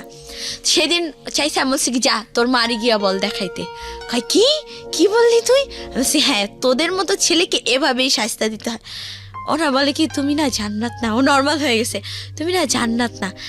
আমি জান্নাত, ভয়েস এসএমএস পাঠাইছি, হ্যাঁ আমি জান্নাত, কি বল যে তুমি জান্নাত না, এটা জান্নাত না, এটা হয়তো ভিডিও করা বাট কথা এরকম না, তুমি জান্নাত না, আমি জান্নাত। বলে কি তুমি এত কঠিন কিভাবে হইলাম? বলছি ওই যে 2-2.5 বছরের এক্সপিরিয়েন্স আছে, তোমার পিছনে ঘুরছি আমি, হ্যান করছি ত্যান করছি, কত কিছু করছি। ও আমার কি বলে, বলছি তুই হাত কাইটা গভীরভাবে হাত কাইটা ফ্রেন্ডরা মানে ওর কথা গভীর এইরকম নিচে দিয়ে এরকম মানে মেঝে পড়তো, মানে একটা ব্যথা, এটাও আমি বুঝতাম না। তো যাই হোক এভাবে আস্তে আস্তে সবাই মিলা বুঝালো, দেখ তুই ওর একটু ভুলা যা, লাভ নাই, যেখানে মায়া বাড়ায় লাভ নাই সেখান থেকে মায়া কাটাইতে হয়। ফ্রেন্ড একটা ছিল মরিয়ম, সে ওই কোচিনে, শোন সিজানকে এখন তুই আর ভালোবাসিস না, ওকে পাওয়া তোর জিত। ওই যে 2 বছর তোর পিছে ঘুরছিস, অনেক স্যাক্রিফাইস করছিস, সেজন্য এটা তোর জিত। সিজান আবার একদিন কি করছে, আমার খালার কাছে গিয়ে এমনি তো টর্চারের শিকার, খালার কাছে গিয়ে বিচার দিছে আপনার মেয়ে আমার পিছনে ঘুরে স্কুলে সবাইকে বলে দিছে যে আমি জান্নাত আর সিজান মানে ও হচ্ছে আমার হাজবেন্ড। বলে কি আন্টি আমি কবে বিয়ে করলাম বলেন, ও নাকি আমার বউ। সবাই আমাকে দেখলেই জিজ্ঞেস করে ভাইয়া ভাবি কই, হ্যাঁ জান্নাত কই, এরকম করে। তো খালা আরও মারলো। তো এদের মনে হয় কি ভালোবাসার জন্য মায়ের কোনো ব্যাপার না। খালাও সেদিন মারলো ফার্স্ট, তো খালু তো জানলই না, তাহলে তো অবস্থায় খারাপ, বাসা থেকেই নামাই দিত, কি করতাম। তারপরও ওর মনে একটু ইয়া নাই যে মেয়েটা আমার জন্য এত কিছু করতেছে, এত কিছু, একটু ইয়া করি। তো আস্তে আস্তে ভোলামুজি এখন একটু অ্যাপবি চালাই, ছেলেরা নক দেয়, একটু হাই ফাই ভাবে একটু অ্যাঞ্জেল জান্নাতমণি আইডি খুললাম যে, তো ওটা আমার ফার্স্ট আইডি অ্যাঞ্জেল জান্নাতমণি। আচ্ছা, এই অ্যাঞ্জেল জান্নাতমণি নামটা কেন দিলা? তোমার নাম তো অন্য নাম। আমার নাম তো জান্নাতুল ফেরদৌস। হ্যাঁ, তো তুমি অ্যাঞ্জেল কেন লাগালে নামের আগে? ওই যে অ্যাঞ্জেল নামটা কেন লাগাইছি কি, যে আইডি খোলার আগে মানে আমার ভালো লাগলো যে অ্যাঞ্জেল দিব, জান্নাত থাকবে আর মণি। আমাকে তো অনেকে জানুমণি, ওই যে আগে যে জানুমণি জান্নাতমণি ফ্যামিলি থেকে যে ডাকতো। আচ্ছা, কিন্তু অ্যাঞ্জেলটা লাগালে কেন? অ্যাঞ্জেল মানে যে পরি টাইপস, ফেরেশতা কিছু একটা হাই ফাই, তো এরকম। ওকে, ঠিক আছে। তারপর না, এরকম অ্যাঞ্জেল নামে অনেক অসংখ্য আইডিয়া আছে ফেসবুকে। অসংখ্য, এখনো সার্চ দিলে। তো অ্যাঞ্জেল জান্নাতমণি এরকম করলাম। তো এখন ছেলেরা নক দেয়, একটা পিক আপলোড করলে আপু সেই হইছে, আপু জোস হইছে, ক্রাশ খাইছি, ও আপনি তো পুরাই অ্যাঞ্জেল। এই কিরে, আমি তো সত্যিই সুন্দর রে, তাহলে যাক সিজানকে আস্তে আস্তে ভুলতাছি। তো পুরান ঢাকার একটা ছেলে, নাম সুপ্রদীপ ছেলেটার, ওরা দুই ভাই, সুদীপ্ত সুপ্রদীপ। তো ওর আইডি আবার র্যাপার দীপ। তো ওই ছেলেটাকে আমার এরকম মানে আমার ভালো লাগছে। তো ছেলেটাও আস্তে আস্তে এরকম আমাদের রিলেশন হয় বলতে কি মানে আমরা দুজনকে বলি মনের কথা। তো যে আমি আবার ফোন নিয়ে আমি আবার ধরা খেয়ে গেলাম। আমার খালু কি করছে, ফোনটা নিয়ে গেছে। ফোনটা যখন অফিসে নিয়ে যায় তো আমি খুব কান্না করি, ফোনটা কেন নিবা, আমার একটা ফ্রিডম বলে তো কিছু আছে। আমার ফ্রেন্ডরা গিটার কিনে, দামি ড্রেস কিনে, অমুক জায়গায় যায়, ঘুরে। আমারও খুব ইচ্ছা ছিল মানে আমাকে সবাই এক নামে চিনবে, ওই যে আবেগের একটা, এখনো তো আবেগেরই বয়স, যাই হোক তখন আর একটু বেশি, যে আমাকে সবাই এক নামে চিনবে, বৈশাখী, গুলশানের বৈশাখী বা গুলশানের জান্নাত, এরকম। হ্যাঁ, যে এমন কিছু একটা করতে চাই, এরকম। আসলে কি এটা হয় নাই। তো আমার ওই ছেলেটার সাথে যখন পরিচয়, তো ছেলেটা কি আবার ওই ছেলেটা সিজানের থেকেও বেশি খারাপ, সিজানের থেকেও বেশি নেশা করে, মানে এতটাই নেশা করে, মানে সে সব ড্রাগ নেওয়ার পরে। নাম কি ছিল ছেলেটার? সুপ্রদীপ। হ্যাঁ, ডাক নাম হচ্ছে দীপ। ও মাঝখানে আবার আমার নাইমের সাথে কন্ট্রাক্ট হয়। নাইম আবার কি করছে, মানে জেলাস ফিল হইতেই পারে, রিলেশন হোক আর না হোক। আমি আবার মাঝখানে সিরিয়াস হয়েছিলাম, দীপের সাথে রিলেশন আগে নাইমের সাথে সিরিয়াস হয়েছিলাম। নাইম ওর বাইক ছিল, ও বাইকে ও গলা ধরে একটা মেয়েটাও ভালো না নাকি, ওই মেয়েটার দুইটা বিয়ে হয়েছে, হ্যান ত্যান একটা বাচ্চা আছে, মানে ক্যারেক্টারও প্রবলেম আছে। আর মেয়েটা ইয়াবা খায়, মানে ড্রাগ নেয়, অ্যাডিক্টেড মারাত্মকভাবে। ওই মেয়েটার সাথে ও গলাগলি ধরে ও বাইকে উঠা পিক তুলছে, আপলোড দিছে ক্যাপশন দিয়ে, জান তোমাকে অনেক অনেক মিস করি। এটা কি কোনো গার্লফ্রেন্ড ইজিলি মাইনা নেয়? আমি তো ওই পিকটার জন্যই আমি আজও রাখ, ও কেন ওই পিকটা আপলোড করবে? সীমা কে হয় ওর? সীমা আপন না জান্নাত আপন? না, ও বলে আমার ফ্রেন্ড, ও আমার বোন। চুপ থাক তুই। তেন ওকে ব্লক মাইরা দিছি, আমি আনফ্রেন্ড করে দিছি, যা ওর সাথে কোনো কথা নেই আমার। একটা মেয়ের সাথে ও কেন গলাগলি ধরে পিক তুললো বাইকে? তো এরকম সুপ্রদীপের সাথে রিলেশন হয়ে গেল 3-4 মাস। মানে ওই যে 3-4 মাস আবার গ্যাপ পড়লাম, তো তখন 9-এ গ্যাপ পড়লো। তো ও ফোন ওইটা ভাঙ্গেই ফেলে। তো আমার ফ্রেন্ড আবার সজীব, ওকে বললাম দোস্ত তো 2টা ফোন, আমাকে একটা ফোন দিয়ে দে। বলছি কি করবি? আমি বলছি কেন প্রেম করবো? ও আবার ফিটিং বাস, তুই ফিটিং আইনা দিতে পারবি? বলছি এটা আবার কি? বলছি ওই যে ছেলেদেরকে থেকে টাকা টুকা নিবি, গিয়া বলবি ফোনে জাস্ট তুই কথা বলবি, যা করার আমি করবো, তোর যা টাকা লাগে আমাকে বলবি। আমি বলছি দেখ একটু পাম্পট্টি মারি, দেখি ফোনটা দিলেই হয়েছে, তারপর তোরে আর চিনি না যা সর। তো ফোনটা নেই, তুই ছেলেটার সাথে ইয়ে করি। তো ছেলেটা, সুপ্রদীপ ছেলেটা বলে কি, তুমি চলে আসো আমার কাছে, তোমার যা খরচ লাগে, যা টাকা লাগে আমি দিব। আমি বলছি দেখো আমি কিন্তু প্রতিদিন ভাজা পোড়া খাই, আমার কসমেটিক্স লাগে, আমার প্রত্যেক মাসে ড্রেস লাগে, বলছি আমি সব দিব, তুমি চলে আসো। ঠিক আছে, চলে আসছি, মানে চলে আসছি লাইফে ফার্স্টে যে ভাইগে আসি। খালুর ইয়াটা চলে আসছি কেন, আমার 9-এ যে মানে যে 8-এও বার্থডে সেলিব্রেট হয় না, 7-6-এও বার্থডে সেলিব্রেশন হয় না, তো ফ্রেন্ডদের হয় আর হয়, তো আমারও খুব ইচ্ছা করলো, তো আমারও না খুব বার্থডে সেলিব্রেট করতে ইচ্ছা। তো আমার এপ্রিলের 14 এবার এপ্রিল মাস চলে আসে, ওই যে ফোনটা নিয়ে যেত মাঝখানে বার্থডের কিছু, আমার নানিও আবার মারা যেত বার্থডের কিছুদিন পরে। আমার বার্থডেটা ওরা করবে, শান্তা মাধুর্য। হ্যাঁ, তো আমরা রেস্টুরেন্টে যাই, গুলশানে ক্যাফে ডিলাইট, ওখানে অনেক সুন্দর একটা কেক কিনে ওরা। মানে আমরা মোটামুটি ভালোই, তো একটু লেট হয় দেখা আসি। আসার পরে আমার ফ্রেন্ডটা ওই শান্তাও কোনো দিনও আমার বাসায় আসে নাই, আসে আমার বাসায় সেদিন আইসা, তো আমি তোকে আমার আজ তোর বাসায় নিয়ে যাইতে হয়। বলছি না রে, আমার বাসায় অনেক সমস্যা, আমি যে সমস্যার মধ্যে থাকি, আমার খালো আমাকে কথায় কথায় মারতো, কথায় কথায়। আর আছে না যে ঠিক আছে মেয়ে, চট থাপ্পড় একটা, মানে এতটা বাজেভাবে আমাকে মারতো, মানে পশু, মানে মানে কি বলবো, মানে খুবই খারাপ একটা অবস্থা, মানে অনেক মারতো অনেক। তো সেই দিন ও গেল, ওকে নুডলস রান্না করে দিলাম ফার্স্ট আসলি। আমার বাসায় আমার খালা আবার একটু অসুস্থ ছিল, তো সে ওরা তোটা কেয়ার করতে পারে নাই। তো আমি গিয়ে বসি, তো জিজ্ঞেস করে তুই কোথায় ছিলি আজকে? বাবা ওরা তো আমার বার্থডে ইয়া করছে। হ্যাঁ, তোমার বার্থডে ইয়া করছে না, বার্থডে। মানে সে যখন মারে তার ফেসগুলো এমন খারাপ করে, মানে এতটা ইয়া করে আমাকে, মানে গায়ের উপর উঠে, মানে মারতেছে। আর আমার ফ্রেন্ডরা একবার মাইরা গেছে, ফ্রেন্ডরা খাটে বসা, আমার সামনে মারলো। তো কি দোষ, তোর কি কোনো ওয়ে আছে এখান থেকে যাওয়ার?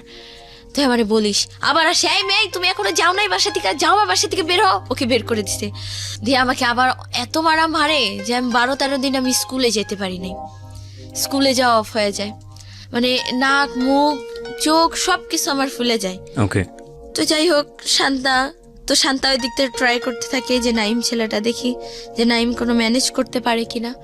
তো নাইম এরকম যে বললো যে ঠিক আছে আমি দেখি ওর জন্য আমি কি করতে পারি। তো নাইম অতটা সিরিয়াস নেয় না যে হ্যাঁ ও আমাকে এত ইনসাল্ট করছে হ্যান ত্যান। তো যাই হোক, সুপ্রদীপের সাথে তো এরকম। আবার ঈদের দিন আমি শান্তার বাসায় ছিলাম, সে ঈদের দিন আমাকে এই তুই কোথায়? আমি ফ্রেন্ডের বাসায়। তোর এত কেন দেরি হচ্ছে? আইনা আমাকে এত মারে, আমাকে খুব টর্চার করতো, অনেক মারতো। নভেম্বরের 23 তারিখে আমি পালাই, 23 তারিখে আবার নাইমের বার্থডে। তো এরকম বলতো সবসময় ফ্রেন্ডরা, তুই না কোথাও চইলা যা রে, তুই অনেক হ্যাপি থাকতে পারবি, তুই এখানে থাকিসই না। 23 তারিখে না 22 তারিখে রাত্রে পালাই দীপের সাথে, খালার ফোনটা নিয়ে পালাই, 3 সেট কাপড় নেই, তখন মাথায় এত কিছু আসে না, গয়নাগাটি টাকা পয়সা নিতে হয় পালাই গেলে। ছেলেটাও তো অ্যাডিক্টেড, কিছুই করতো না, কাজ বাস। মানে বাবা মা মারলো, এই খালা খালু মারলো, গায়ে হাত তুললো, এই কারণে সিদ্ধান্ত নিলেন সুপ্রদীপের হাত ধরে চলে যাবেন। হ্যাঁ। তো কি করলেন আপনি? চলে গেলেন বলতে প্ল্যানটা কিভাবে ছিল, আপনারা কিভাবে এক্সিকিউট করলেন এটা? একটা ড্রেস পরলাম, একটু সুপ্রদীপ এটা জানতো যে আপনি বাড়ি থেকে চলে আসতেছেন? ওই তো তুমি চলে আসো, যা খরচ লাগে আমি দেবো, যা টাকা লাগে আমি কি দেবো। করতো তখন? কিছুই করতো না, নেশা করতো। আর পুরান ঢাকা ওদের 4 তলা বাড়ি আছে, ব্যাস এই। এটা তুমি আগে থেকে জানতা? না, আমি জানতাম ও নেশা করতো না, কিন্তু একটু কাজ টাজ করতো না। বাট তোমার মার সঙ্গে তো তুমি জেনেছো তোমার অরিজিনাল মাকে, তো তার সঙ্গে তো তুমি যোগাযোগ করতে পারতে। আমার মা হচ্ছে দুনিয়ার সবচেয়ে সেলফিশ একটা মাদার, সবচেয়ে। এইভাবে না বলে ঘটনাটা বলো আমাকে, যে কি তুমি যোগাযোগ করেছিলা? যোগাযোগ কি, তার একটাই কথা, আমারই সংসার ভেঙে যাবে, তুই তোর মতো বাবা, তুই যদি ভালো মানে তুই যদি বড় হয়ে আসতে পারস তো আসুন, নাইলে কিছু না, আমি তোর কোনো রিস্ক নেই। আচ্ছা, মানে সে কেয়ার, গ্রামে যাইতাম, আছে না যে আমার মেয়ে একটু কেয়ার করবো না, কিছুই না। সে তার মতো সে। তো যদি কোনো ভালো ছেলে পাইতো, খুব টাকা পয়সাওয়ালা ছেলেটা যেমনই হোক, তার সাথে মানে বিয়ে দিয়ে সে নিজের লাইফটা আগে সেটেল করতে। মানে আমার মা টাকা ছেড়ে এই দুনিয়ায় কিছুই বুঝে না, টাকার জন্য আমাকে সব করাতে সে বাধ্য, এরকম একটা অবস্থা। তো যাই হোক, মার কথা বাদ। তো এরকম পালাই চলে আসি রাত্রে। আমি আবার গুলশান দিকেই যাই, ডাইরেক্ট গুলশান লেকে বসে আছি, ভাবতেছি আরে যাবো, কি করলাম, ফ্রেন্ডের ছেড়ে আসবো। হ্যাঁ, তো তখন আবার সিজানের কথা ভাবলাম। সিজান বলছে যে তুই কখনো সুখী হইতে পারবি না, হ্যান ত্যান। হ্যাঁ, তুই ওকেও যে আমি যে ইনসাল্ট করছি, যে তোর মাকে, ওই যে আমার যে খারাপ পিক চাইছে পর ওর মাকে নিয়ে আমি কথা বলছি, যে তুই নিয়ে ও রাখ, অভিশাপ দিছে। তো এসব ভাবতেছি, পরে ভাবতে ও কল দিল, কি আসবে না নাকি? হ্যাঁ আসতেছি। পরে যাই হোক, পুরান ঢাকায় গেলাম, বাবু বাজারে, কি এখানে বাস দিয়ে নামলাম। নামার পরে ওইখানে আবার একটা ছেলে আমাকে নিয়ে যে আমাকে লাইফে ভালোবাসছে অনেক ছেলে, কিন্তু আমি মানে বুঝি নাই যে লাভটা কি। ওই সিজনের পর থেকে ভালোবাসা আমার কাছে হয়ে গেছে খেলা, ভালোবাসা হয়ে গেছে আমার কাছে স্বার্থ। আসলে দীপ ছেলেটাকে আমি ভালো অতটাও না, নিজের স্বার্থের জন্য। যে ও আবার বলছে কি যে আসো, তোমার সবকিছু আমি দেখবো, যদিও আমার কোনো একটা সেটেল করে দিতে পারে। ওইটাই। তো ইমন ছেলেটা এরকম আমাকে ভালোবাসতো, ইমন ছেলেটাকে আমি বলছি আমি একা, আমি তো কোনোদিনও পুরান ঢাকায় যাইনি, তুমি আমাকে একটু দিয়ে আসো কষ্ট করে। তো ঠিক আছে আমি দিয়ে আসবো। দিয়ে আসলো আমাকে, সারা রাত তুই ছাদে ছিলাম আমি, ইমন আর দীপ, সারা রাত ছাদে 2 জন বসেছিলাম, 3 জন বসে বসে আড্ডা দিচ্ছি। যাইতে যেতে খুব রাত হয়ে যায়, আর ওদের বাসা টাসা মানে আশেপাশের কোনো ফ্রেন্ডের বাসায় যে রাখবে সব বাসা লক হয়ে যায়, পুরান ঢাকার অবস্থা তো জানেনি। যাই হোক, তো ছাদে বসে বসে আড্ডা দিলাম 3 জনে মিলা। দীপ তো ধুমায় সিগারেট খায়, কি খায় না খায়, যাই হোক। আর আমি আমার মতো বসে বসে টেনশন করতেছি কি করব। আমার লাইফে আবার টেনশন কম, টেনশন বললে ভুল হবে, আমি আমার মতো হাসতেছি নাচতেছি ছাদে সারা রাত ছাদ ঘুরতেছি নাচতেছি হ্যান তেনি কি সুন্দর আমি বাইক আসছি, আল্লাহ আমি বাঁচছি, আমি প্যারা থেকে বাঁচছি এরকম বলতেছি। তো সকাল হয়, ছেলেটা আমাকে সকালে কি বলে, তখনই বলে কি আচ্ছা তোমার কি বাসায় যাওয়ার কোনো ওয়ে নাই? আমি বলছি কেন, আমি কি বাসায় যাওয়ার জন্য আসছি নাকি? তুমি আমাকে ভাগায় নিয়ে আসছো না বিয়ে করবা? বলছি কি ও আচ্ছা ঠিক আছে। মানে ছেলেরাও মানে একটু লুজ হয়ে যায়, মানে একটু ভয় পায় যে একটা মেয়ে পালা। তো ওর ফ্রেন্ড কিরণ, দীপের ফ্রেন্ড কিরণ আমাকে আয়শা বলে যে কি তুই ভাগায় নিয়ে আসিস না, ডাইরেক্ট তোর মার কাছে নিয়ে যাবি। আবার একটা ভাইয়া ছিল সাগর, ডেভিল বয় সাগর আর কি, হিন্দু। তো ওই সাগর আর কি বলে কি ভাগায় নিয়ে আসিস না, তোর মার কাছে নিয়ে যাবো। বলছে না রে মার কাছে না, আমি টাঙ্গাইল নিয়ে যাবো, টাঙ্গাইল ওর বোনের বাসা। তো নিয়ে গেল। ইমন ছেলেটাকে আমি আবার বিদায় দিয়ে দিলাম, ইমন ছেলেটা তো যাবেই না, আমি ওকে ভালোবাসি, পুরান ঢাকার কি না কি। ও বলে রাখা ভালো, দীপ আর আমার কোনোদিনও মিট হয় নাই। যেদিন ভাইগা আসছি সেদিনই দুজনকে দেখছি, ওই প্রোফাইলে দেখছি, পিক ভিডিও কলে কথা বলছি। ও এটাই ফার্স্ট টাইম হচ্ছে মিট ওর সঙ্গে। তো তো দেখলাম। তো যাই হোক, ও আবার আমাকে বললো যে আমি তোমাকে আমার ভালো লাগছে হ্যান ত্যান। তো টাঙ্গাইল যাচ্ছি আমরা, যাওয়ার সময় বাসে উঠলাম। তো আমরা সারা রাস্তা গল্প করতে করতে গেলাম। যার পর ওখানে বোনের বাসায় গেলাম। ও ছিল সবার ছোট, ওর বোন তো দেখলো যে ও নিজেই চলতে পারে না, ও আবার ভাগাই নিয়ে আসছে আরেকটা মেয়ে। ওর বোনের মাথায় তো বাস পড়ছে যে কিরে কি অবস্থা শুভ্র, তুই কাকে নিয়ে আসছি? আপু আমি ওর ভাগাই নিয়ে আসছি, ও আমার ওয়াইফ হবে, হ্যান তেন আমাদের বিয়ে দিয়ে দেন। ও বোনে তো সেই কান্নাকাটি, ওর মাও জানতে পারলো, ওর মা খুব অসুস্থ। আর আস্তে আস্তে ওর মানে ওকে আমি ফার্স্ট দেখছি তো দেখি এতটা চিকুন একটা মানুষ খুব কমই হয়, মানে খুবই চিকুন আর খুব ফর্সা, দেখেই বোঝা যাচ্ছিল যে নেশাকর টাইপের। কিন্তু এমনও তো হতে পারে অনেকে খাওয়া দাওয়া করে না, এরকম মানে ওই যে একটা বিশ্বাস চলে আসছিল। তো গেলাম টাঙ্গাইল। ও দুলাভাই বলতেছে তুমি কি ওর ব্যাপারে কিছু জানো? আমি বলছি না। বলছি আপনি নেশা করে, কিন্তু ভাইঙ্গা বলে না যে ইয়াবা মানে হ্যান তেন অনেক কিছু খায় খারাপ। বলছি ও তো একটু নেশা করে। আমি বলছি ওটা কোনো ব্যাপার না, মনে করছি কি যে একটু ড্রিঙ্ক না কি বলে মদ, ওগুলো হয়তো খায়, এই আর ব্যাস, আর কিছু না। গেলাম, এখানে বসেছিলাম আমরা। তো সুপ্রদীপ আবার আমাকে বলে যে হ্যাঁ সাজগুজ করো। সুপ্রদীপ আবার 7,000 মাত্র। আমি তো বাসা থেকে টাকা পয়সা নিয়ে আসি না, কারণ এই লাইফের ফার্স্ট 3 সেট কাপড় নিয়ে আসছি। আর জাস্ট কসমেটিক্স তো অল টাইম, এখন তো কসমেটিক্স শিখে গেছি, কসমেটিক্সের বক্সটা ব্যাস যাবতীয় যা লাগে ব্যাস ওই নিয়ে আমি আসছি। তো সুপ্রদীপ 7,000 টাকার ম্যানেজ কইরা ওর দুলাবের হাতে টাকাটা দেয়, ভাই এই টাকা দিয়ে আমাদের কোর্ট ম্যারেজ বা কিছু একটা করাই দেন, এই আর পসিবল না। দুলাভাই তো সে রাতে আমাদের একসাথেও থাকতে দেয় না, বোনের সাথে ছিলাম, দুলাভাইয়ের সাথে ছিল, যে না কিছুতেই মানে নিব না। ও দুলাভাই অনেক বুঝাইছে তুমি চলে যাও। বলছি কি আমি কিভাবে চলে যাও বলেন, গেছি, একটা মেয়ে ভাইগা গেলে সে কি কোনদিন আর ফেরত যায় বাসায়? তার হাজবেন্ড হইতো খালো যতই খারাপ হইতো, যা ওর বিয়ে হয়ে গেছে, তো এবার ওর হাজবেন্ড নিয়েও থাক।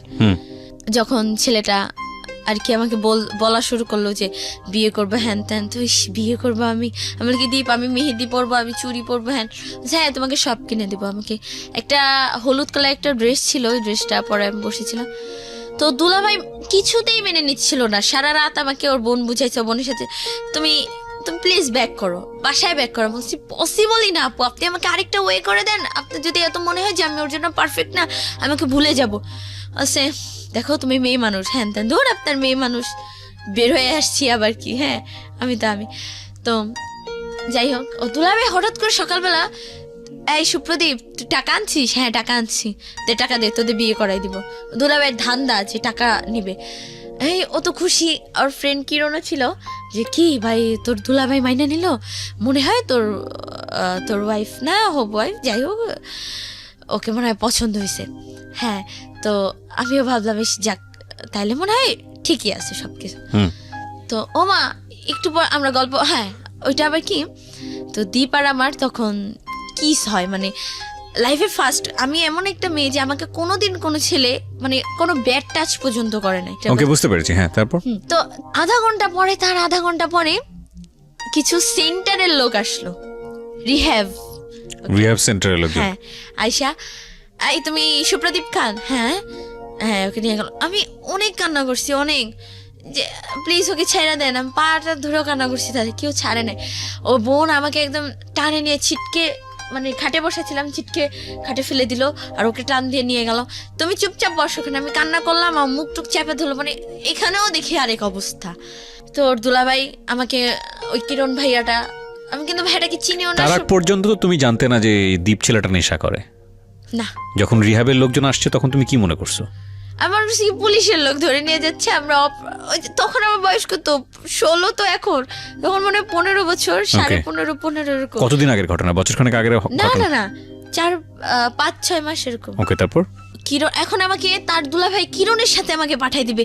কিরণ ছেলেটাকে আমি কখনো চিনি না, জানি না। আবার কিরণের নামে শুনলাম ওর মা নাকি ভালো না, ওর মা নাকি বিভিন্ন মেয়েদেরকে বিজনেস করে, তো এটা নাকি শুনলাম। তো আমি এই ছেলেটাকে আমি কিভাবে আমি ট্রাস্ট করবো? তো যাই হোক, বললো যে যাও তুমি ওর সাথে চলে যাও, আমি কিছু টাকা দিয়ে দিতে। সুপ্রদীপের টাকাগুলোও দিল না, যে ওই টাকাটা দিয়ে আমি হয়তো কিছু একটা করতে পারতাম। মানে এই দুনিয়ায় টাকা যার সবই তার, ওই টাকাটাও দিল না। মাত্র 300 টাকা দিছে, টাঙ্গাইল থেকে ঢাকা আসতে কি 300 টাকা ভাড়া, এই দিয়া এই যাও যাও যাও তাড়াতাড়ি বের হওয়া, বাসা থেকে বের করে দিছে। কানতে কানতে আসলাম। তো এরকম পাশাপাশি কিরণ আমি তো চলে আসলাম। ভাগ্য খারাপ, কিছুতেই লাইফে হ্যাপি হইতে পারি নাই। তা আসলাম। কার সঙ্গে আসলা ওই সময়টাতে? ওই যে ওই কিরণ ছেলেটা, এখন তার কোনো ওয়ে নেই। তো আসলাম, এখন আইসা কিরণ ছেলেটা আমাকে নিয়ে মানে উল্টাপাল্টা কথা শুরু করে দিচ্ছে। এই তুমি আমাকে বিয়ে করবা? তোমাকে আমার খুব ভালো লাগছে, বিশ্বাস করো, তুমি আমাকে বিয়ে করো। হ্যাঁ, আমি তোমাকে অনেক খুশি রাখবো, হ্যান ত্যান। কি ব্যাপার, এত আমার থেকে সুযোগ নিচ্ছে? আমার এটা মনে হচ্ছে, কেন আমি কি খাবার যে আমি কারোর জন্য আমি ওয়েট করবো না? আমি বলছি দীপ আসবে কতদিনে? বলছে 2 বছর লাগবে। ও দুলাভাই বলছে 2 বছর। 2 বছর আমি কোথায় থাকবো? একটা মেয়ে মানুষ এমন আছে তো আমাকে কেউ মেরেও ফেলে দিতে পারে। কিরণ কি যে আমি বিশ্বাস করব তার কি কোনো গ্যারান্টি আছে? কিরণ নিজে আমার কিছু করবে না। আসার পরে এখানে কিরণ বাসের থেকে আমাকে উল্টাপাল্টা কথা বলা শুরু, জাস্ট আমি অনেক সেফলি ছিলাম, ভালো। তো তুমি আমাকে বিয়ে করবে? তুমি একটাই কথা, গায়ে হাত দেয় না, বাট বিয়ে করবে কিনা, মানে ও আমাকে পাবেই, বিয়ে করবেই না। তো আমি বলছি কি পল্টন আমার একটা ভাইয়ের বাসা, তো পল্টন, স্বপন নাম, স্বপন পলি ভাই ভাবি। তো এখানে ব্যাক করলাম। আমি মনে করছি কি যাক ফ্যামিলিতে এখানে গেলে ভাইয়া মনে হয় কিছু একটা করে দিবে, যে যাক বোন তুই আসছিস, ওকে একটা জব দিয়ে দিই, তুই তোর মতো থাক। না, ভাইয়া ও ডাইরেক্ট খালাকালুকে ফোন দিল, আসলো, বাড়ি এলি ছিল তাদের আইসা, সবাই মিলে আমাকে মারলো, সবাই মিলা, সবাই আমাকে এক নামে চিনতো, আমাদের স্কুল ওইদিকে সবাই বৈশাখী। আর এখন আমাকে সবাই বাজে নামে চিনে, এই মেয়েটা তো ভাইগা ছিল, এই মেয়েটার লাইফ শেষ, এই শেষ সেই শেষ। কোনো একটা দোকানে গেলাম, তুমি না ভাইগা গেছিলা, কি বলবো, পাশে লোকজন সবাই তাকায় থাকে।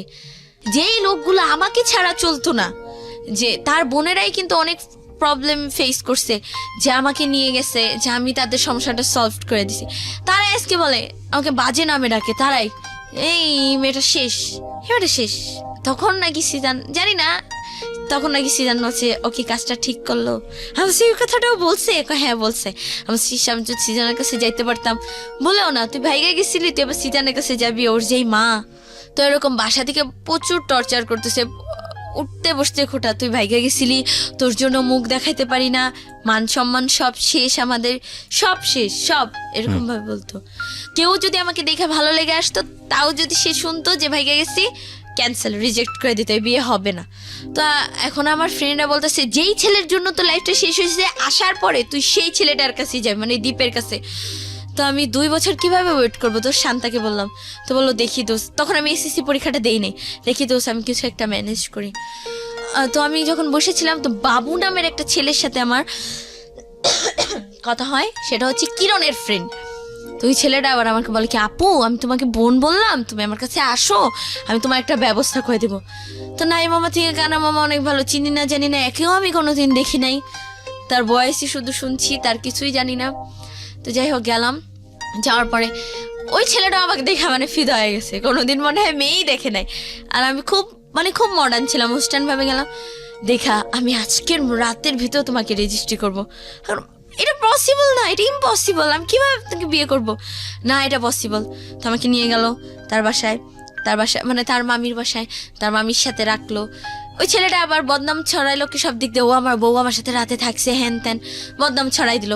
তো আমার খালা আবার ফোন দিয়ে জিজ্ঞেস করলো, খালা আবার নাম্বার ছিল যে ও কি তোমার কাছে বাবা? বলছে হ্যাঁ, ওর সাথে তো আমি রাত্রে ঘুমাইছি, হ্যাঁ তার মানে আজে বাজে কথা শুরু করলো। তো বলছে যাক মনে হয় তাহলে ও বিয়ে করে ফেলছে, যাক আর খবর নিব না। কিরণ আবার আমার একটা হেল্প করলো, কি বললো কি তুমি এখান থেকে বাঁচতে চাও? আমি বলছি হ্যাঁ বাঁচতে চাই। বলছে আমার একটা ভাই আছে নাম বিল্লাল, বাবুবাজার স্ট্যান্ডে কাজ করে হেল্পারে, তো তুমি ওইখানে তার বাসায় চলে যাও, তার সে ওরকম ভাইকে বিয়ে করছে, একটা বেবি আছে তার ছেলে তানভীর নাম। তো তুমি ওখানে যাও, গিয়ে দেখো যে সে তোমাকে একটা জব টব দিয়ে দিবে। তো আল্লাহ যাকেই মনে হয় স্বপ্ন, আমার স্বপ্ন বলতে ওই যে জব করবো নিজের মতো থাকবো, ওইটাই আর কি আমার স্বপ্ন বলে। তো যাই হোক গেলাম, যাওয়ার পরে ওই ছেলেটা আমাকে বলতেছে আপু তুমি তো আসছো আমার বোনের মতো। যাই হোক ওই বাবু ছেলেটা আবার তুমি আমার বউকে ভাগাই নিয়ে আসছো, বউ বলতে কি তুমি, আমি যে মেয়েটার আমি আবার আমি যখন আসছিলাম খালার গয়নাগাটি নিয়ে আসছিলাম আবার, মানে আমার তো দ্বীপের সঙ্গে যখন পালাইছিলে তখন গয়নাগাড়িগুলো নিয়ে আসছিল না, তখন নিয়ে এসে এই বাবুর সাথে যখন আসছিলাম তখন গয়নাগাটি নিয়ে দ্বীপের পরে বাবুর সঙ্গে যখন পালিয়েছো? পালাই নাই, মানে যে হেল্পের জন্য আশ্রয় দেবে, পালানো বলে না, মানে চলে আসছিলাম একটা হেল্প। থাকবো না খালার সঙ্গে? হ্যাঁ থাকবো না। তো এটা এক ধরনের বাসা থেকে বের হয়ে যাওয়াই তো? হ্যাঁ ওই পালাই যাওয়াই বলে। ওকে, তো এটার সময় খালার বাড়ি থেকে তার সব গয়নাগাটি নিয়ে আসি। একটা বিষয় নোট করবেন প্রিয় শ্রোতা, ওর লাভ বলেন বা বয়ঃসন্ধিকালের এক ধরনের এফেকশন বলেন, ইমোশন বলেন, সেটা ছিল মূলত সেজানের প্রতি। সেজান না কি জিসান? সিজানের প্রতি।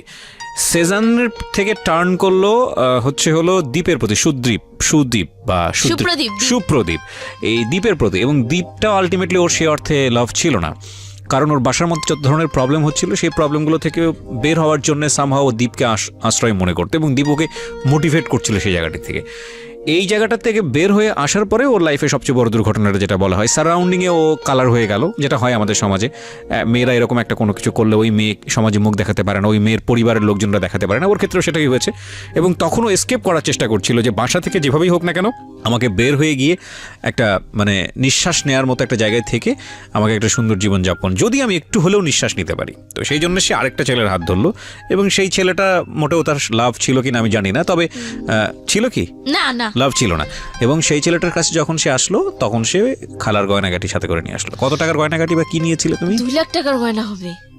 ওই গয়নাটার কথা শুনেই মানে ছেলেটা আরো পাগল হয়ে গেছে। মানে বিষয়টা দাঁড়ালো এরকম যে ওর খালার বাসায় কোনো রকম তাও থাকতে পারতো, কিন্তু এই গয়না চুরির পরে সে যে থাকতে পারবে না বা তার অবস্থা যে আরো বেশি জটিল হবে এটা খুব সহজেই অনুমেয়। তো গয়না চুরি করে তুমি গেলা বাবুর কাছে, তারপর গয়না চুরি বলতে ওই যে নিয়ে গেলাম, যে এখন তো ওই ভাইটা বলছে আমাকে একটা আশ্রয় দেবে, হয়তো ওই গয়নাগাটি বিক্রি করে হয়তো কয়েকদিন নিজেকে চালাইলাম, তারপর যখন জব হয়ে যাবে বা কিছু একটা হবে, মানে আমার ধারণা ছিল ওরকম যে হবে, যে নিজেকে চালাইতে পারবো। তো ওই ছেলেটাই আরো চোরের উপরে বাটপারি আর কি বলে, ওই ছেলেটাই আর কি চাচ্ছে যে ফিটিং দেওয়া হলে আমার গয়নাগুলো নিয়ে যাবে। মানে এখন ছেলেটার টার্গেট আগে ছিলাম আমাকে তো পাই নাই, এখন মানে গয়নাগুলোর উপরে টার্গেট, ওই গয়নাগুলোর জন্য আর কি আমি পিছে ছাড়তেছে না। এখন এই গয়না দেখেই আমাকে বিল্লাল বউ আর কি নাকি আশ্রয় দিছে, এটা আমি জানছি। তো দেয় এখন তাদের লোভ, আমার খালার 2টা বালা ছিল, চেন, মোটামুটি অনেক কিছুই ছিল, 2 লাখ টাকার গয়না। তো এসবের প্রতি সবার মোটামুটি নজর পড়ে যায়, কিরণের নজর পড়ে। কিরণ তখন আবার বলে কি কিরণ তখন আবার ওর ভাইকে ওভারটেক করে আবার সে আগের মতো আমি তোমাকে বিয়ে করব, দেখো আমি তোমাকে এখন একদম রেলি বিয়ে করবো। আমি তাহলে তখন রেলি বিয়ে করতে চাও নাই, ও তখন যাই সিএম দিয়ে, আর এখন যাচ্ছি মন থেকে। আমি বলছি তখনও যখন চাও না এখনও চাও না, এটা পসিবল না। তো যাই হোক এখন তো ওই ভাইটাও বলতেছে এখন বোন তুমি কি করবা, ওই ছেলেটা তো সবে তোমাকে ডিস্টার্ব করতেছে, তাদের গ্রামের বাড়ি হচ্ছে বিক্রমপুর, চলো আমি তোমাকে বিক্রমপুর নিয়ে যাই, তুমি আমার ওখানে আমার বোন আছে তার সাথে তুমি কয়েকদিন থাকো। আমার এখানে নিয়ে যাই, তার এক মামাতো ভাই আবার আমাকে পছন্দ করে, এখন ভাবতেছে এই যে এই গয়নাগুলা নিতে পারবে সে, আবার ওই মামাতো ভাইও মানে আমাকে বিয়ে করার বদলে তাকে অনেক কিছু আর কি দিতে চাইছে। তো সেই লোভে সে তার কাছে বিয়ে দিয়ে দিবে। ছেলেটা দেখতো অতটা ভালো কি, আমি ছেলেটাকে চিনিও না, সে আমার সম্বন্ধে জানে। আমিও বলতেছি কি সে জানবে আমার ব্যাপারে, কি সব আমি গোপন রাখবো, কিচ্ছু জানবে না। এটা কি কখনো হয় সবকিছু গোপন রেখে? আমি বলছি না এটা সম্ভব না, যদি জানে আমি যদিও ছেলেটাকে আমি বিয়ে করি আমার সংসার একদম ডেফিনেটলি ভেঙে যাবে। বলছি না ভাঙবে না। তো যাই হোক আমি অনেক জোর জবরদস্তি এখান থেকে আসি। আসার পরে সে বলতেছে বোন আমার ঘরে চাল নাই বাজার নাই, মানে টাকা। আমি আবার একটা গয়নাও আমাকে দিয়ে জোর জবরদস্তি বিক্রি করাইছে। ওকে। তো কি করব, ওই টাকা দিচ্ছি, তাদের ফ্যামিলিতে মানে সংসার চালাতে হেল্প করতেছে আমি। এই টাকা তার বোনের বাড়িতে নিয়ে গেছিল, সেখানে যত টাকা খরচ করছে একটা সুতা পর্যন্ত দাঁড় খেয়ে নেয়, আমার ওই টাকাই সব। এখানে আসছে ওই টাকা, এই অন্য ফুচকা খাইতে মন চায়, এটা যাই হোক থাক, সব টাকা আমার উপরে দিয়েই যাচ্ছে। তো যাই হোক এরকম বাবু ছেলেরাও প্রেশার দিচ্ছে। পরে আমাকে এখন বলতেছি কি যে আমার টাকাটা শেষ, এখন আমাকে গয়না তো আমি আর বিক্রি করবো না, একটা বিক্রি করে ফেলছি বলে, অনেক বলে আর বিক্রি করবো না। তা এখন তারা আমাকে আর রাখতে পারবে না, তার বউ আমাকে রাখবে, তুই আমার সাথে থাকবি। হ্যাঁ, এখন সে বলতেছে কি ও যদি থাকে তাহলে আমি তোমার সংসার ছেড়ে চলে যাবো। স্বাভাবিক, কিন্তু এটা একটা এক্সট্রা মেয়ে কেন রাখবে? আর ঘুমাইতামও তাদের সাথে। ওকে। হ্যাঁ, মানে বলে কি যে সোজা না ঘুমায়, মানে একটু বাঁকা ঘুমায়, আওড়াআওড়ি বলে যে তার বউ, আমি তার বউয়ের সাথে, মাঝখানে তার ছেলে, ওই পাশে সে। তারপরও মানে তার বউ এরকম বলতেছে, তাকে থ্রেট করতেছে। তো সে বলতেছে বোন তাহলে তুমি চলে যাও। তো যাওয়ার সময় আমি তাকে 2000 টাকা দিয়ে যাই যে ভাইয়া আমি হয়তো আপনার অনেক কিছু লস করলাম না। বলছে না না সমস্যা নাই। তো টাকাটা আমি তাকে দিয়ে আসি 2000 টাকা। তো নেন ভাইয়া টাকাটা রাখেন। তো কই যাবো আবার ফ্যামিলির কাছে। ওই ফ্যামিলির কাছে গেলাম, আবার টর্চার শুরু, আবার লোকে আরো কথা বলতেছে। তো মানে লোকের কথাগুলো মানে এতটাই পর্যায়ে চলে যেতেছে যে বাড়িওয়ালা পর্যন্ত যে এই মেয়েকে রাখতে দিব না এই বাসায়, ওকে বের করে দাও, ওকে এটা করে দাও ওটা করে দাও। আমি কোথায় যাব, কি করব? পরে এই যে নাই এসএসসি পরীক্ষাটা দিব। এসএসসি পরীক্ষা এবার আমি এসএসসি এক্সাম দিছি মধ্যবাড্ডা আলাতুন্নেসা স্কুল থেকে, মানে সেন্টার পড়ছি এখানে। তো আমার ফ্রেন্ড, ওর নামটা আমি বলবো না, আমার ক্লোজ ফ্রেন্ডটাই, ওই নাইমের সাথে আবার যোগাযোগ। নাইম তুই যেমনি হোক ভাই ওকে তুই কর, ওকে তুই একটা ব্যবস্থা কর, ওকে তুই নিয়ে যা। কই নিয়ে যাবো? তোর কাছে নিয়ে ওকে রাখ, তুই একদিন না একদিন তোকে ভালোবাসতিস, তুই এখনো আমি জানি ওকে ভালোবাসিস, তুই ওকে তোর কাছে নিয়ে তুই ওখানে কোনো একটা মেসে ওকে রাখা, ওকে একটা জব টপ দিয়ে ওকে মানে খালি বাঁচা। হ্যাঁ বাঁচা। তো নাইম ছেলেটা বলছে ঠিক আছে চলে আসো। চলে আসলাম, রংপুর চলে গেলাম। তো রংপুর গেলাম, এখানে যেদিন যাব। আচ্ছা, তোমার একবারের জন্য এটা চিন্তা হয়নি যে তুমি যদি লেখাপড়াটা অফ করো তাহলে তোমার লাইফটা শেষ হয়ে যেতে পারে? লেখাপড়া কই অফ করছি, এসএসসি এক্সাম দিছি, এখনো রেজাল্ট আসে নাই। সো এই মনে হচ্ছে 3 মাসের মধ্যে লাইফ যেরকম ইচ্ছে সেরকম গোছা নিতে পারবো, তারপরে পাশ করলে আবার আরেক জায়গায় ভর্তি হয়ে যাবো, বিষয়টা এরকম? ওর হাসি বা ওর কথাবার্তা শুনে আপনারা বুঝতে পারছেন যে ওর মেন্টাল ম্যাচুরিটি ওর বয়সের সাথে যতটুকু হওয়া উচিত ততটুকুই হয়েছে, এর বেশি হয়নি। কিন্তু প্রসঙ্গ হচ্ছে যে এই ধরনের এই বয়সে ছেলেমেয়েরা ভুল করতে পারে, কি লেভেলের ভুল করে এবং তাদের জীবনটা আসলে কোথায় গিয়ে দাঁড়ায়।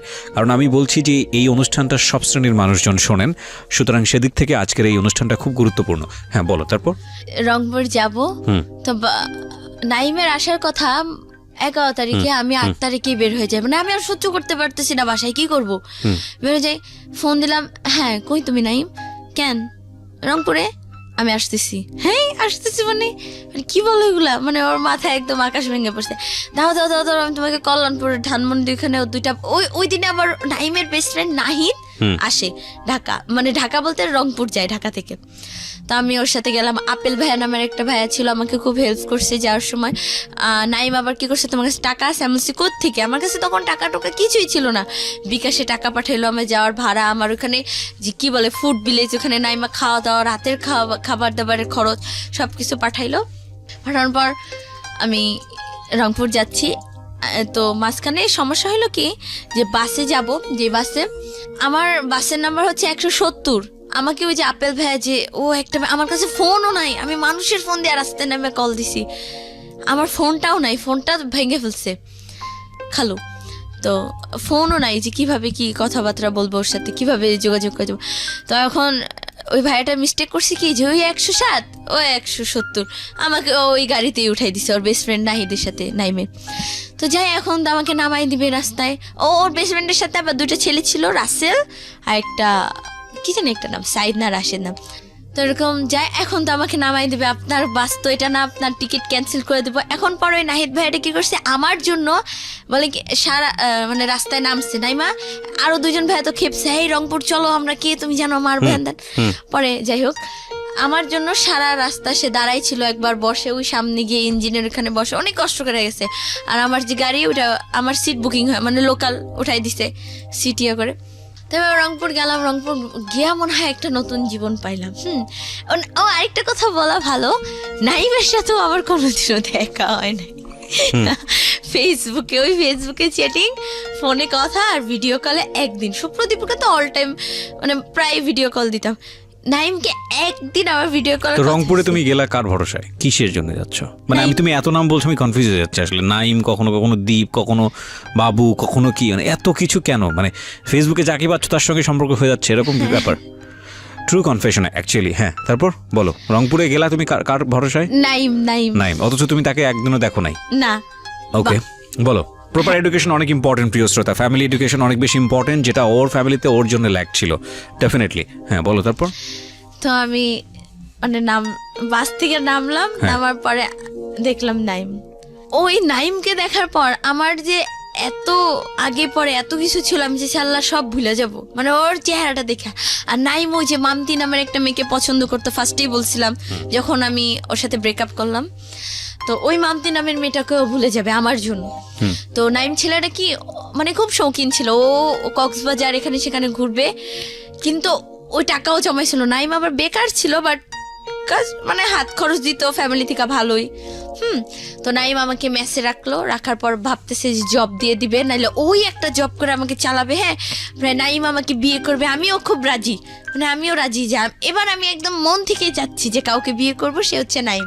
মানে মন থেকেই, মানে মনে হলো কি যে আমার ফার্স্ট লাভ যদি সিজান হয়, তাহলে আমার লাইফের সেকেন্ড লাভটা হলো নাইম। তো যাই হোক, নাইম আমাকে মেসে রাখলো। তো ওইখানে কারমাইকেল যে ক্যাম্পাস, রংপুরে কারমাইকেল ক্যাম্পাসে সারাদিন ভাইয়াদের সাথে ছিলাম, তৌকির ভাইয়া, সাগর ভাইয়া, মানে ওইখানে গেলাম কি মানে সব খুলে কি আমি মনে করছি কি আমার যে ফ্রেন্ডটা, ওকে হয়তো সব বলছে আর কি, যে ফ্রেন্ডটা আর কি ওর মাধ্যমে লাইন করে দিছে, শান্তা আর কি, ও হয়তো বলছে, কিন্তু না, ও শুধু এটুকু বলছে ও বাইকে গেছে একবার, হ্যান তেন, হ্যাঁ বিয়ে হয় না এটা তো জানি, মানে এত কিছু বলে দিচ্ছে, এত কিছু হয়ে গেছে, ভাইঙ্গা বলে নাই। তো ও আবার বলছে কি, থাক আমার ফ্রেন্ডদেরকে এত কিছু বলা লাগবে না, শুধু এটাই বলবো তোমার ফ্যামিলি থেকে একটু টর্চার করতো, তুমি লাইফের ফার্স্ট কারোর সাথে ভাইগা আসছো, সেটা হলাম আমি নাইম। এটা, আর আমি তোমাকে বিয়ে করবো 6 মাসের মধ্যে, তোমাকে আমি খালি ডিপ্লোমাটা শেষ করে বিয়ে করবো। তো আমিও খুব খুশি যে যাক, এখন মনে হয় একটা পারফেক্ট ছেলে পাইলাম এখন। তো কপালে জোরে তারে হারাইলাম যে সারাদিন কারমাইকেল ক্যাম্পাস, মানে ছেলেটা এখন আমাকে ফার্স্টে যখন গেছি নিজস্ব মেসে তুলে দিতে পারে নাই, কোথায় রাখবে, এর পায়ে ধরতেছে। আপু এখানে মেয়েদের এক্সট্রা হোস্টেল বলে, যে আপু একে একদিন রাখেন, আপু একে, ছেলেটা নাইম ছেলেটা যদি পারতো আমার একটা, সেই রংপুর কেউ জানতো না যে আমি গেছি ওইখানে, আমাকে কিছু খারাপ কিছু একটা করে আমাকে মেরেও ফেলে দিতে পারতো, কিন্তু না, ছেলেটা আমাকে সত্যি ভালোবেসে ফেলছিল নাইম। এদিকে হলো কি, ওই সুপ্রদীপ ছেলেটা যে চলে আসলো রিহ্যাব থেকে, 3 মাস পরে আসলো। আইসা ওই যে আমাদের যে গ্রুপে মিট হইছে, ওই গ্রুপ থেকে আমার নাম্বারটা নিল নাইম। আবার আমাকে যে নাম্বারটা দিছে, ওই নাম্বারটা আবার বলছে যে ওই নাম্বারটা তুমি কাউকে দিও না। কিন্তু ওই যে বেস্ট ফ্রেন্ড বিজয় নামের আমার একটা বেস্ট ফ্রেন্ড ছিল, ওকে দিলাম। তো ওরা বুঝতে পারে না, ওরা ফান করে নাম্বারটা গ্রুপে দিয়ে দিছে। তো আমাকে ফোন দিয়ে, হ্যাঁ তুমি জানো নাইমের আইডি আমি জানি, নাইমকে আমি সব বলে দেবো, মানে থ্রেট দিতেছে যে আমাদের বিয়ে হয়েছে। আমি বলছি কই আমাদের বিয়ে হয়েছে, আমাদের তো বিয়ে হয় না। কেউ আমি বলবো, ছেলে মানুষের মন বুঝো তো, জেলাস ফিল হবে, তোমাকে ছেড়ে দিবে, ভালো লাগবে। তখন আমি নাইমকে বললাম, নাইম আবার ওই এডিক্টেড মেয়েটার সাথে আমাকে রাখতেছে। মেয়েটার বিহেভিয়ার, মানে আমি চাচ্ছিলাম কি যে এখন একটা খোলামালা একটা জীবন, যে এখন আমার লাইফে কোনো শাসন থাকবে না, মানে কোনো পেইন থাকবে না, কোনো প্যারা থাকবে না, একদম সিম্পলি একটা স্বাভাবিক একটা মেয়ের লাইফটা যেমন হয় সেরকম। মানে 1-2 মেসে রাখলো, পরে আর দেখতেছে আর মেসে রাখাটা পসিবল হচ্ছে না নাইম। পরে ওই এডিক্টেড মেয়েটা একটা বাসা ভাড়া নিয়ে থাকলো। মানে কি বলবো, ওই মেয়েটার সাথে যখন আমি রাত্রে ছিলাম, নাইম আমাকে রেখে আসলো। ওই মেয়েটা, তার হাজবেন্ড বাইরে থাকে, সে বাইরে থাকে, সে রাতে একটা ছেলেটাকে আনছে ঘরে, তার সাথে আমার সামনে উল্টাপাল্টা শুরু। এখন আমার তো ফোন না, এখন আমি কি করবো, আমি বলতেছি কি আপু, এখন আমার ঘরে থেকে যে বের হবো, তাও আমি কি বলবো। আবার বলতেছি কি, আরে না ও ডোন্ট মাইন্ড, আরে ওই মাইন্ড করবো না, কি হয়েছে তাতে, এগুলো বলতেছে। আমি বলতেছি কি আপু আপনার কি কোনো স্মার্টফোন আছে, বলছে হ্যাঁ। আমি বলছি একটু দেন না, মানে এখন আমি ওই দিক ঘুরে টাইমটা পাস করতে হবে। পরে আমি যাই হোক ফোন নিয়ে ওই দিক ঘুরা, যাই হোক ফোন টোন টিপাইলাম আমি কিছুক্ষণ। তারপর যখন পরে ছেলেটা চলে গেল, পরে আমি আর কি বলবো, মেয়েটার সাথেই ঘুমাইলাম রাত্রে, ওই ছেলেটা চলে গেল। সকালে ওঠে নাইমকে বলি, নাইম তো চোখ না, ও আমার ফ্রেন্ড, দেখো এখন ওর সাথেই তোমাকে থাকতে হবে, দেখো তুমি হালকা ওর সাথে কাজ টাজ করবা, তোমার খালার ওখানে থাকলে কি তুমি পেনে ছিল না, তাইলে তুমি এখান থেকে এখানে ভালো আছো না। ও আমারটা বুঝতেছে না, ও বলতেছে তুমি হয়তো এখানে ভালো আছো। আর নাইমের আবার একটু রাগ বেশি আর শ্বাসকষ্ট সমস্যা কিছু হইলে আমি হাত কাটলাম, কিন্তু আমি যদি আবার ক্ষতি করতে চাই ওর হাত পা কাটে আসে, মানে ওর জন্যই পারলাম না কিছু, নাহলে আমি যাই হোক। পরে আমি মেয়েটার সাথে আমি কিছুতেই থাকবো না, আর সুপ্রদীপ আইসাও থ্রেট দিতেছে। পরে আমি নাইমকে বললাম কি, নাইম এরকম এরকম সুপ্রদীপের সাথে আমার বিয়ে হয়েছে। বল কি? নাইম মানে তো স্টক করে একদম, কি? আমি বলছি হ্যাঁ সুপ্রদীপের বিয়ে হয়েছে, আমি চলে যাবো। বদনাম যে ওর সাথেই গেছিলাম, থাকা ওর সাথেই চলে যাই। তো যাই হোক গেলাম, তো সুপ্রদীপ আমাকে নাইম টাকা দিল, আবার টাকা পয়সা দিয়া আমাকে বাসের টিকিট কেটে দিল যাওয়ার সময়। আমার দিকে একটু ফিরা তাকাইলেই কষ্ট লাগে, মানে ও কান্না করে, সাগর ভাই সবাইকে জয় ধরে কান্দাছি, ভাইয়া আমি চলে যাব। সবাই এখন তো সবার কাছে যে হাইড রাখছে ব্যাপারটা, যে বলা যাবে না ওর এত কাহিনী। তো সাগর ভাই বলছে, এই তুই যাবি কেন, তুই না বাইকে আসছিস, নাইমকে বিয়ে করবি। আরে বিয়ে খাই না কতদিন রে, হ্যাঁ কত একটা মজা, কিরে তুই যাবি কেন? আমি বলছি সাগর ভাই আমার না যাইতে হবে, আমার ফ্যামিলির কথা মনে পড়ছে। মিনাজ ভাই জিজ্ঞেস করতেছে, এই তুমি আরে আনছো কেন, হ্যাঁ একটা মেয়ে আনছো, এখন তুমি পাঠাই দিতেছো নাইম রে, ভুল বুঝছে না, বলে থাক ভাই ও যাক। গেলাম ঢাকায় গেলাম, ও সুপ্রদীপ বলতেছে তুমি আমার কাছে আসে, আবার তুমি আমার কাছে চলে আসো, আমি তোমার সব খরচ দিব, আমি তোমাকে বিয়ে করব। গেলাম, রংপুর থেকে ঢাকা আসতে অনেক টাইম লাগে, 8-9 ঘন্টা। রাত 11টার গাড়িতে উঠছি, সকাল 9টার সময় নামছি গাড়ি থেকে, পুরাই টায়ার্ড। আসলাম আবার বাবুবাজার আসলাম, বাবুবাজার আসা দীপকে ফোন দিলাম, দীপ কই তুমি? আসলো, আচ্ছা বলে কি আমি তো তোমাকে শুধু দেখতে চাইছিলাম, আমি তো তোমাকে আনতে চাই নাই।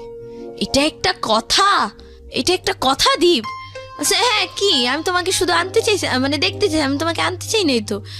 ও নগদ পোল্টি, কি করব এখন? আমার তখন এমন কেউ নাই আমি তাকে ফোন দিয়ে বলবো ভাই আমাকে একটু আশ্রয় দেন কোথাও। হ্যাঁ আশ্রয় কেন দিবেন, আমি একটু যুবতী মেয়ে দিবে, কিন্তু ওই যে সুযোগে সদ্ব্যবহার করার জন্য সবাই। তো এই কথাগুলো ভাবি কার কাছে যাব।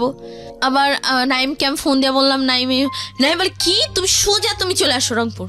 হ্যাঁ নাইমের এক কথা, তুমি রংপুর চলে আসো, আমি তোমাকে ওই ছেলের এখন এই স্বপ্নটি বলে কি, আমি না তোমাকে একা ছাড়বো না, আমিও না তোমার সাথে রংপুর যাবো, টাকাটা কি ওর বাবা দিবে? হ্যাঁ মানে এমন একটা অবস্থা।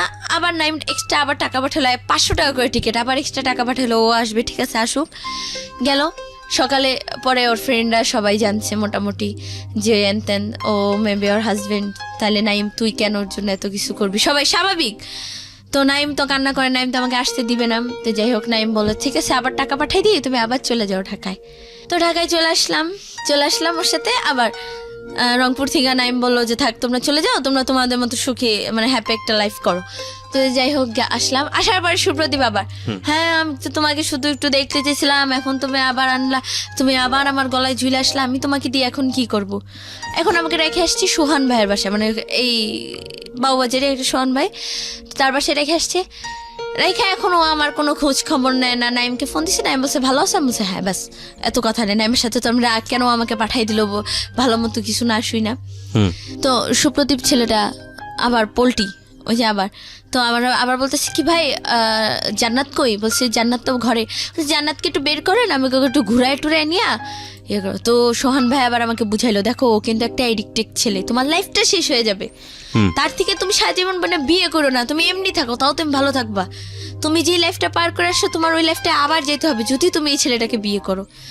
আমি বলছি তাই? পরে আমি ছেলেটাকে মানে দীপকে মানা করছি, আমি তোমাকে বিয়ে করবো না।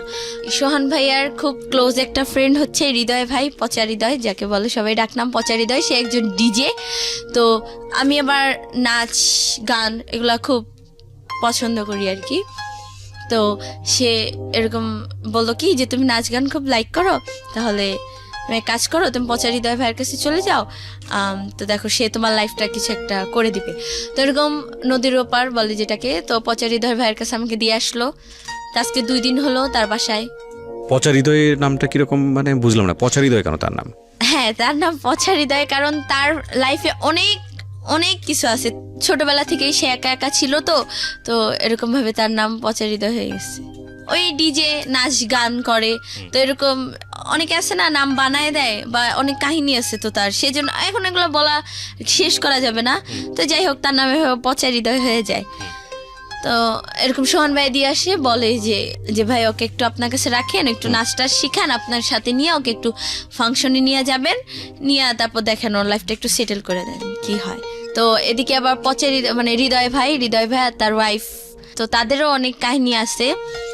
তো যাই হোক, এখন আসছি এখানে 2 দিন হইলো। তো এরপর এই সুপ্রদীপ ছেলেটা আমার ফোন টোন সব কিছু নিয়ে যায়, মানে এরপর থেকে আমাদের 2-3 দিন হলো ওর সাথে আমার আর কোনো কন্ট্রাক্ট হয় না, ও কখনো চেষ্টা করে নাই। তো তোমার এখন প্ল্যানটা কি তাহলে? প্ল্যানটা হ্যাঁ বলি আমি। তো আমি নাইমকে আবার কল দিছিলাম, তো নাইম বললো যে দেখো কি হয়। এখন নাইম ওইখানেও তো নিয়ে যেতে পারবে না।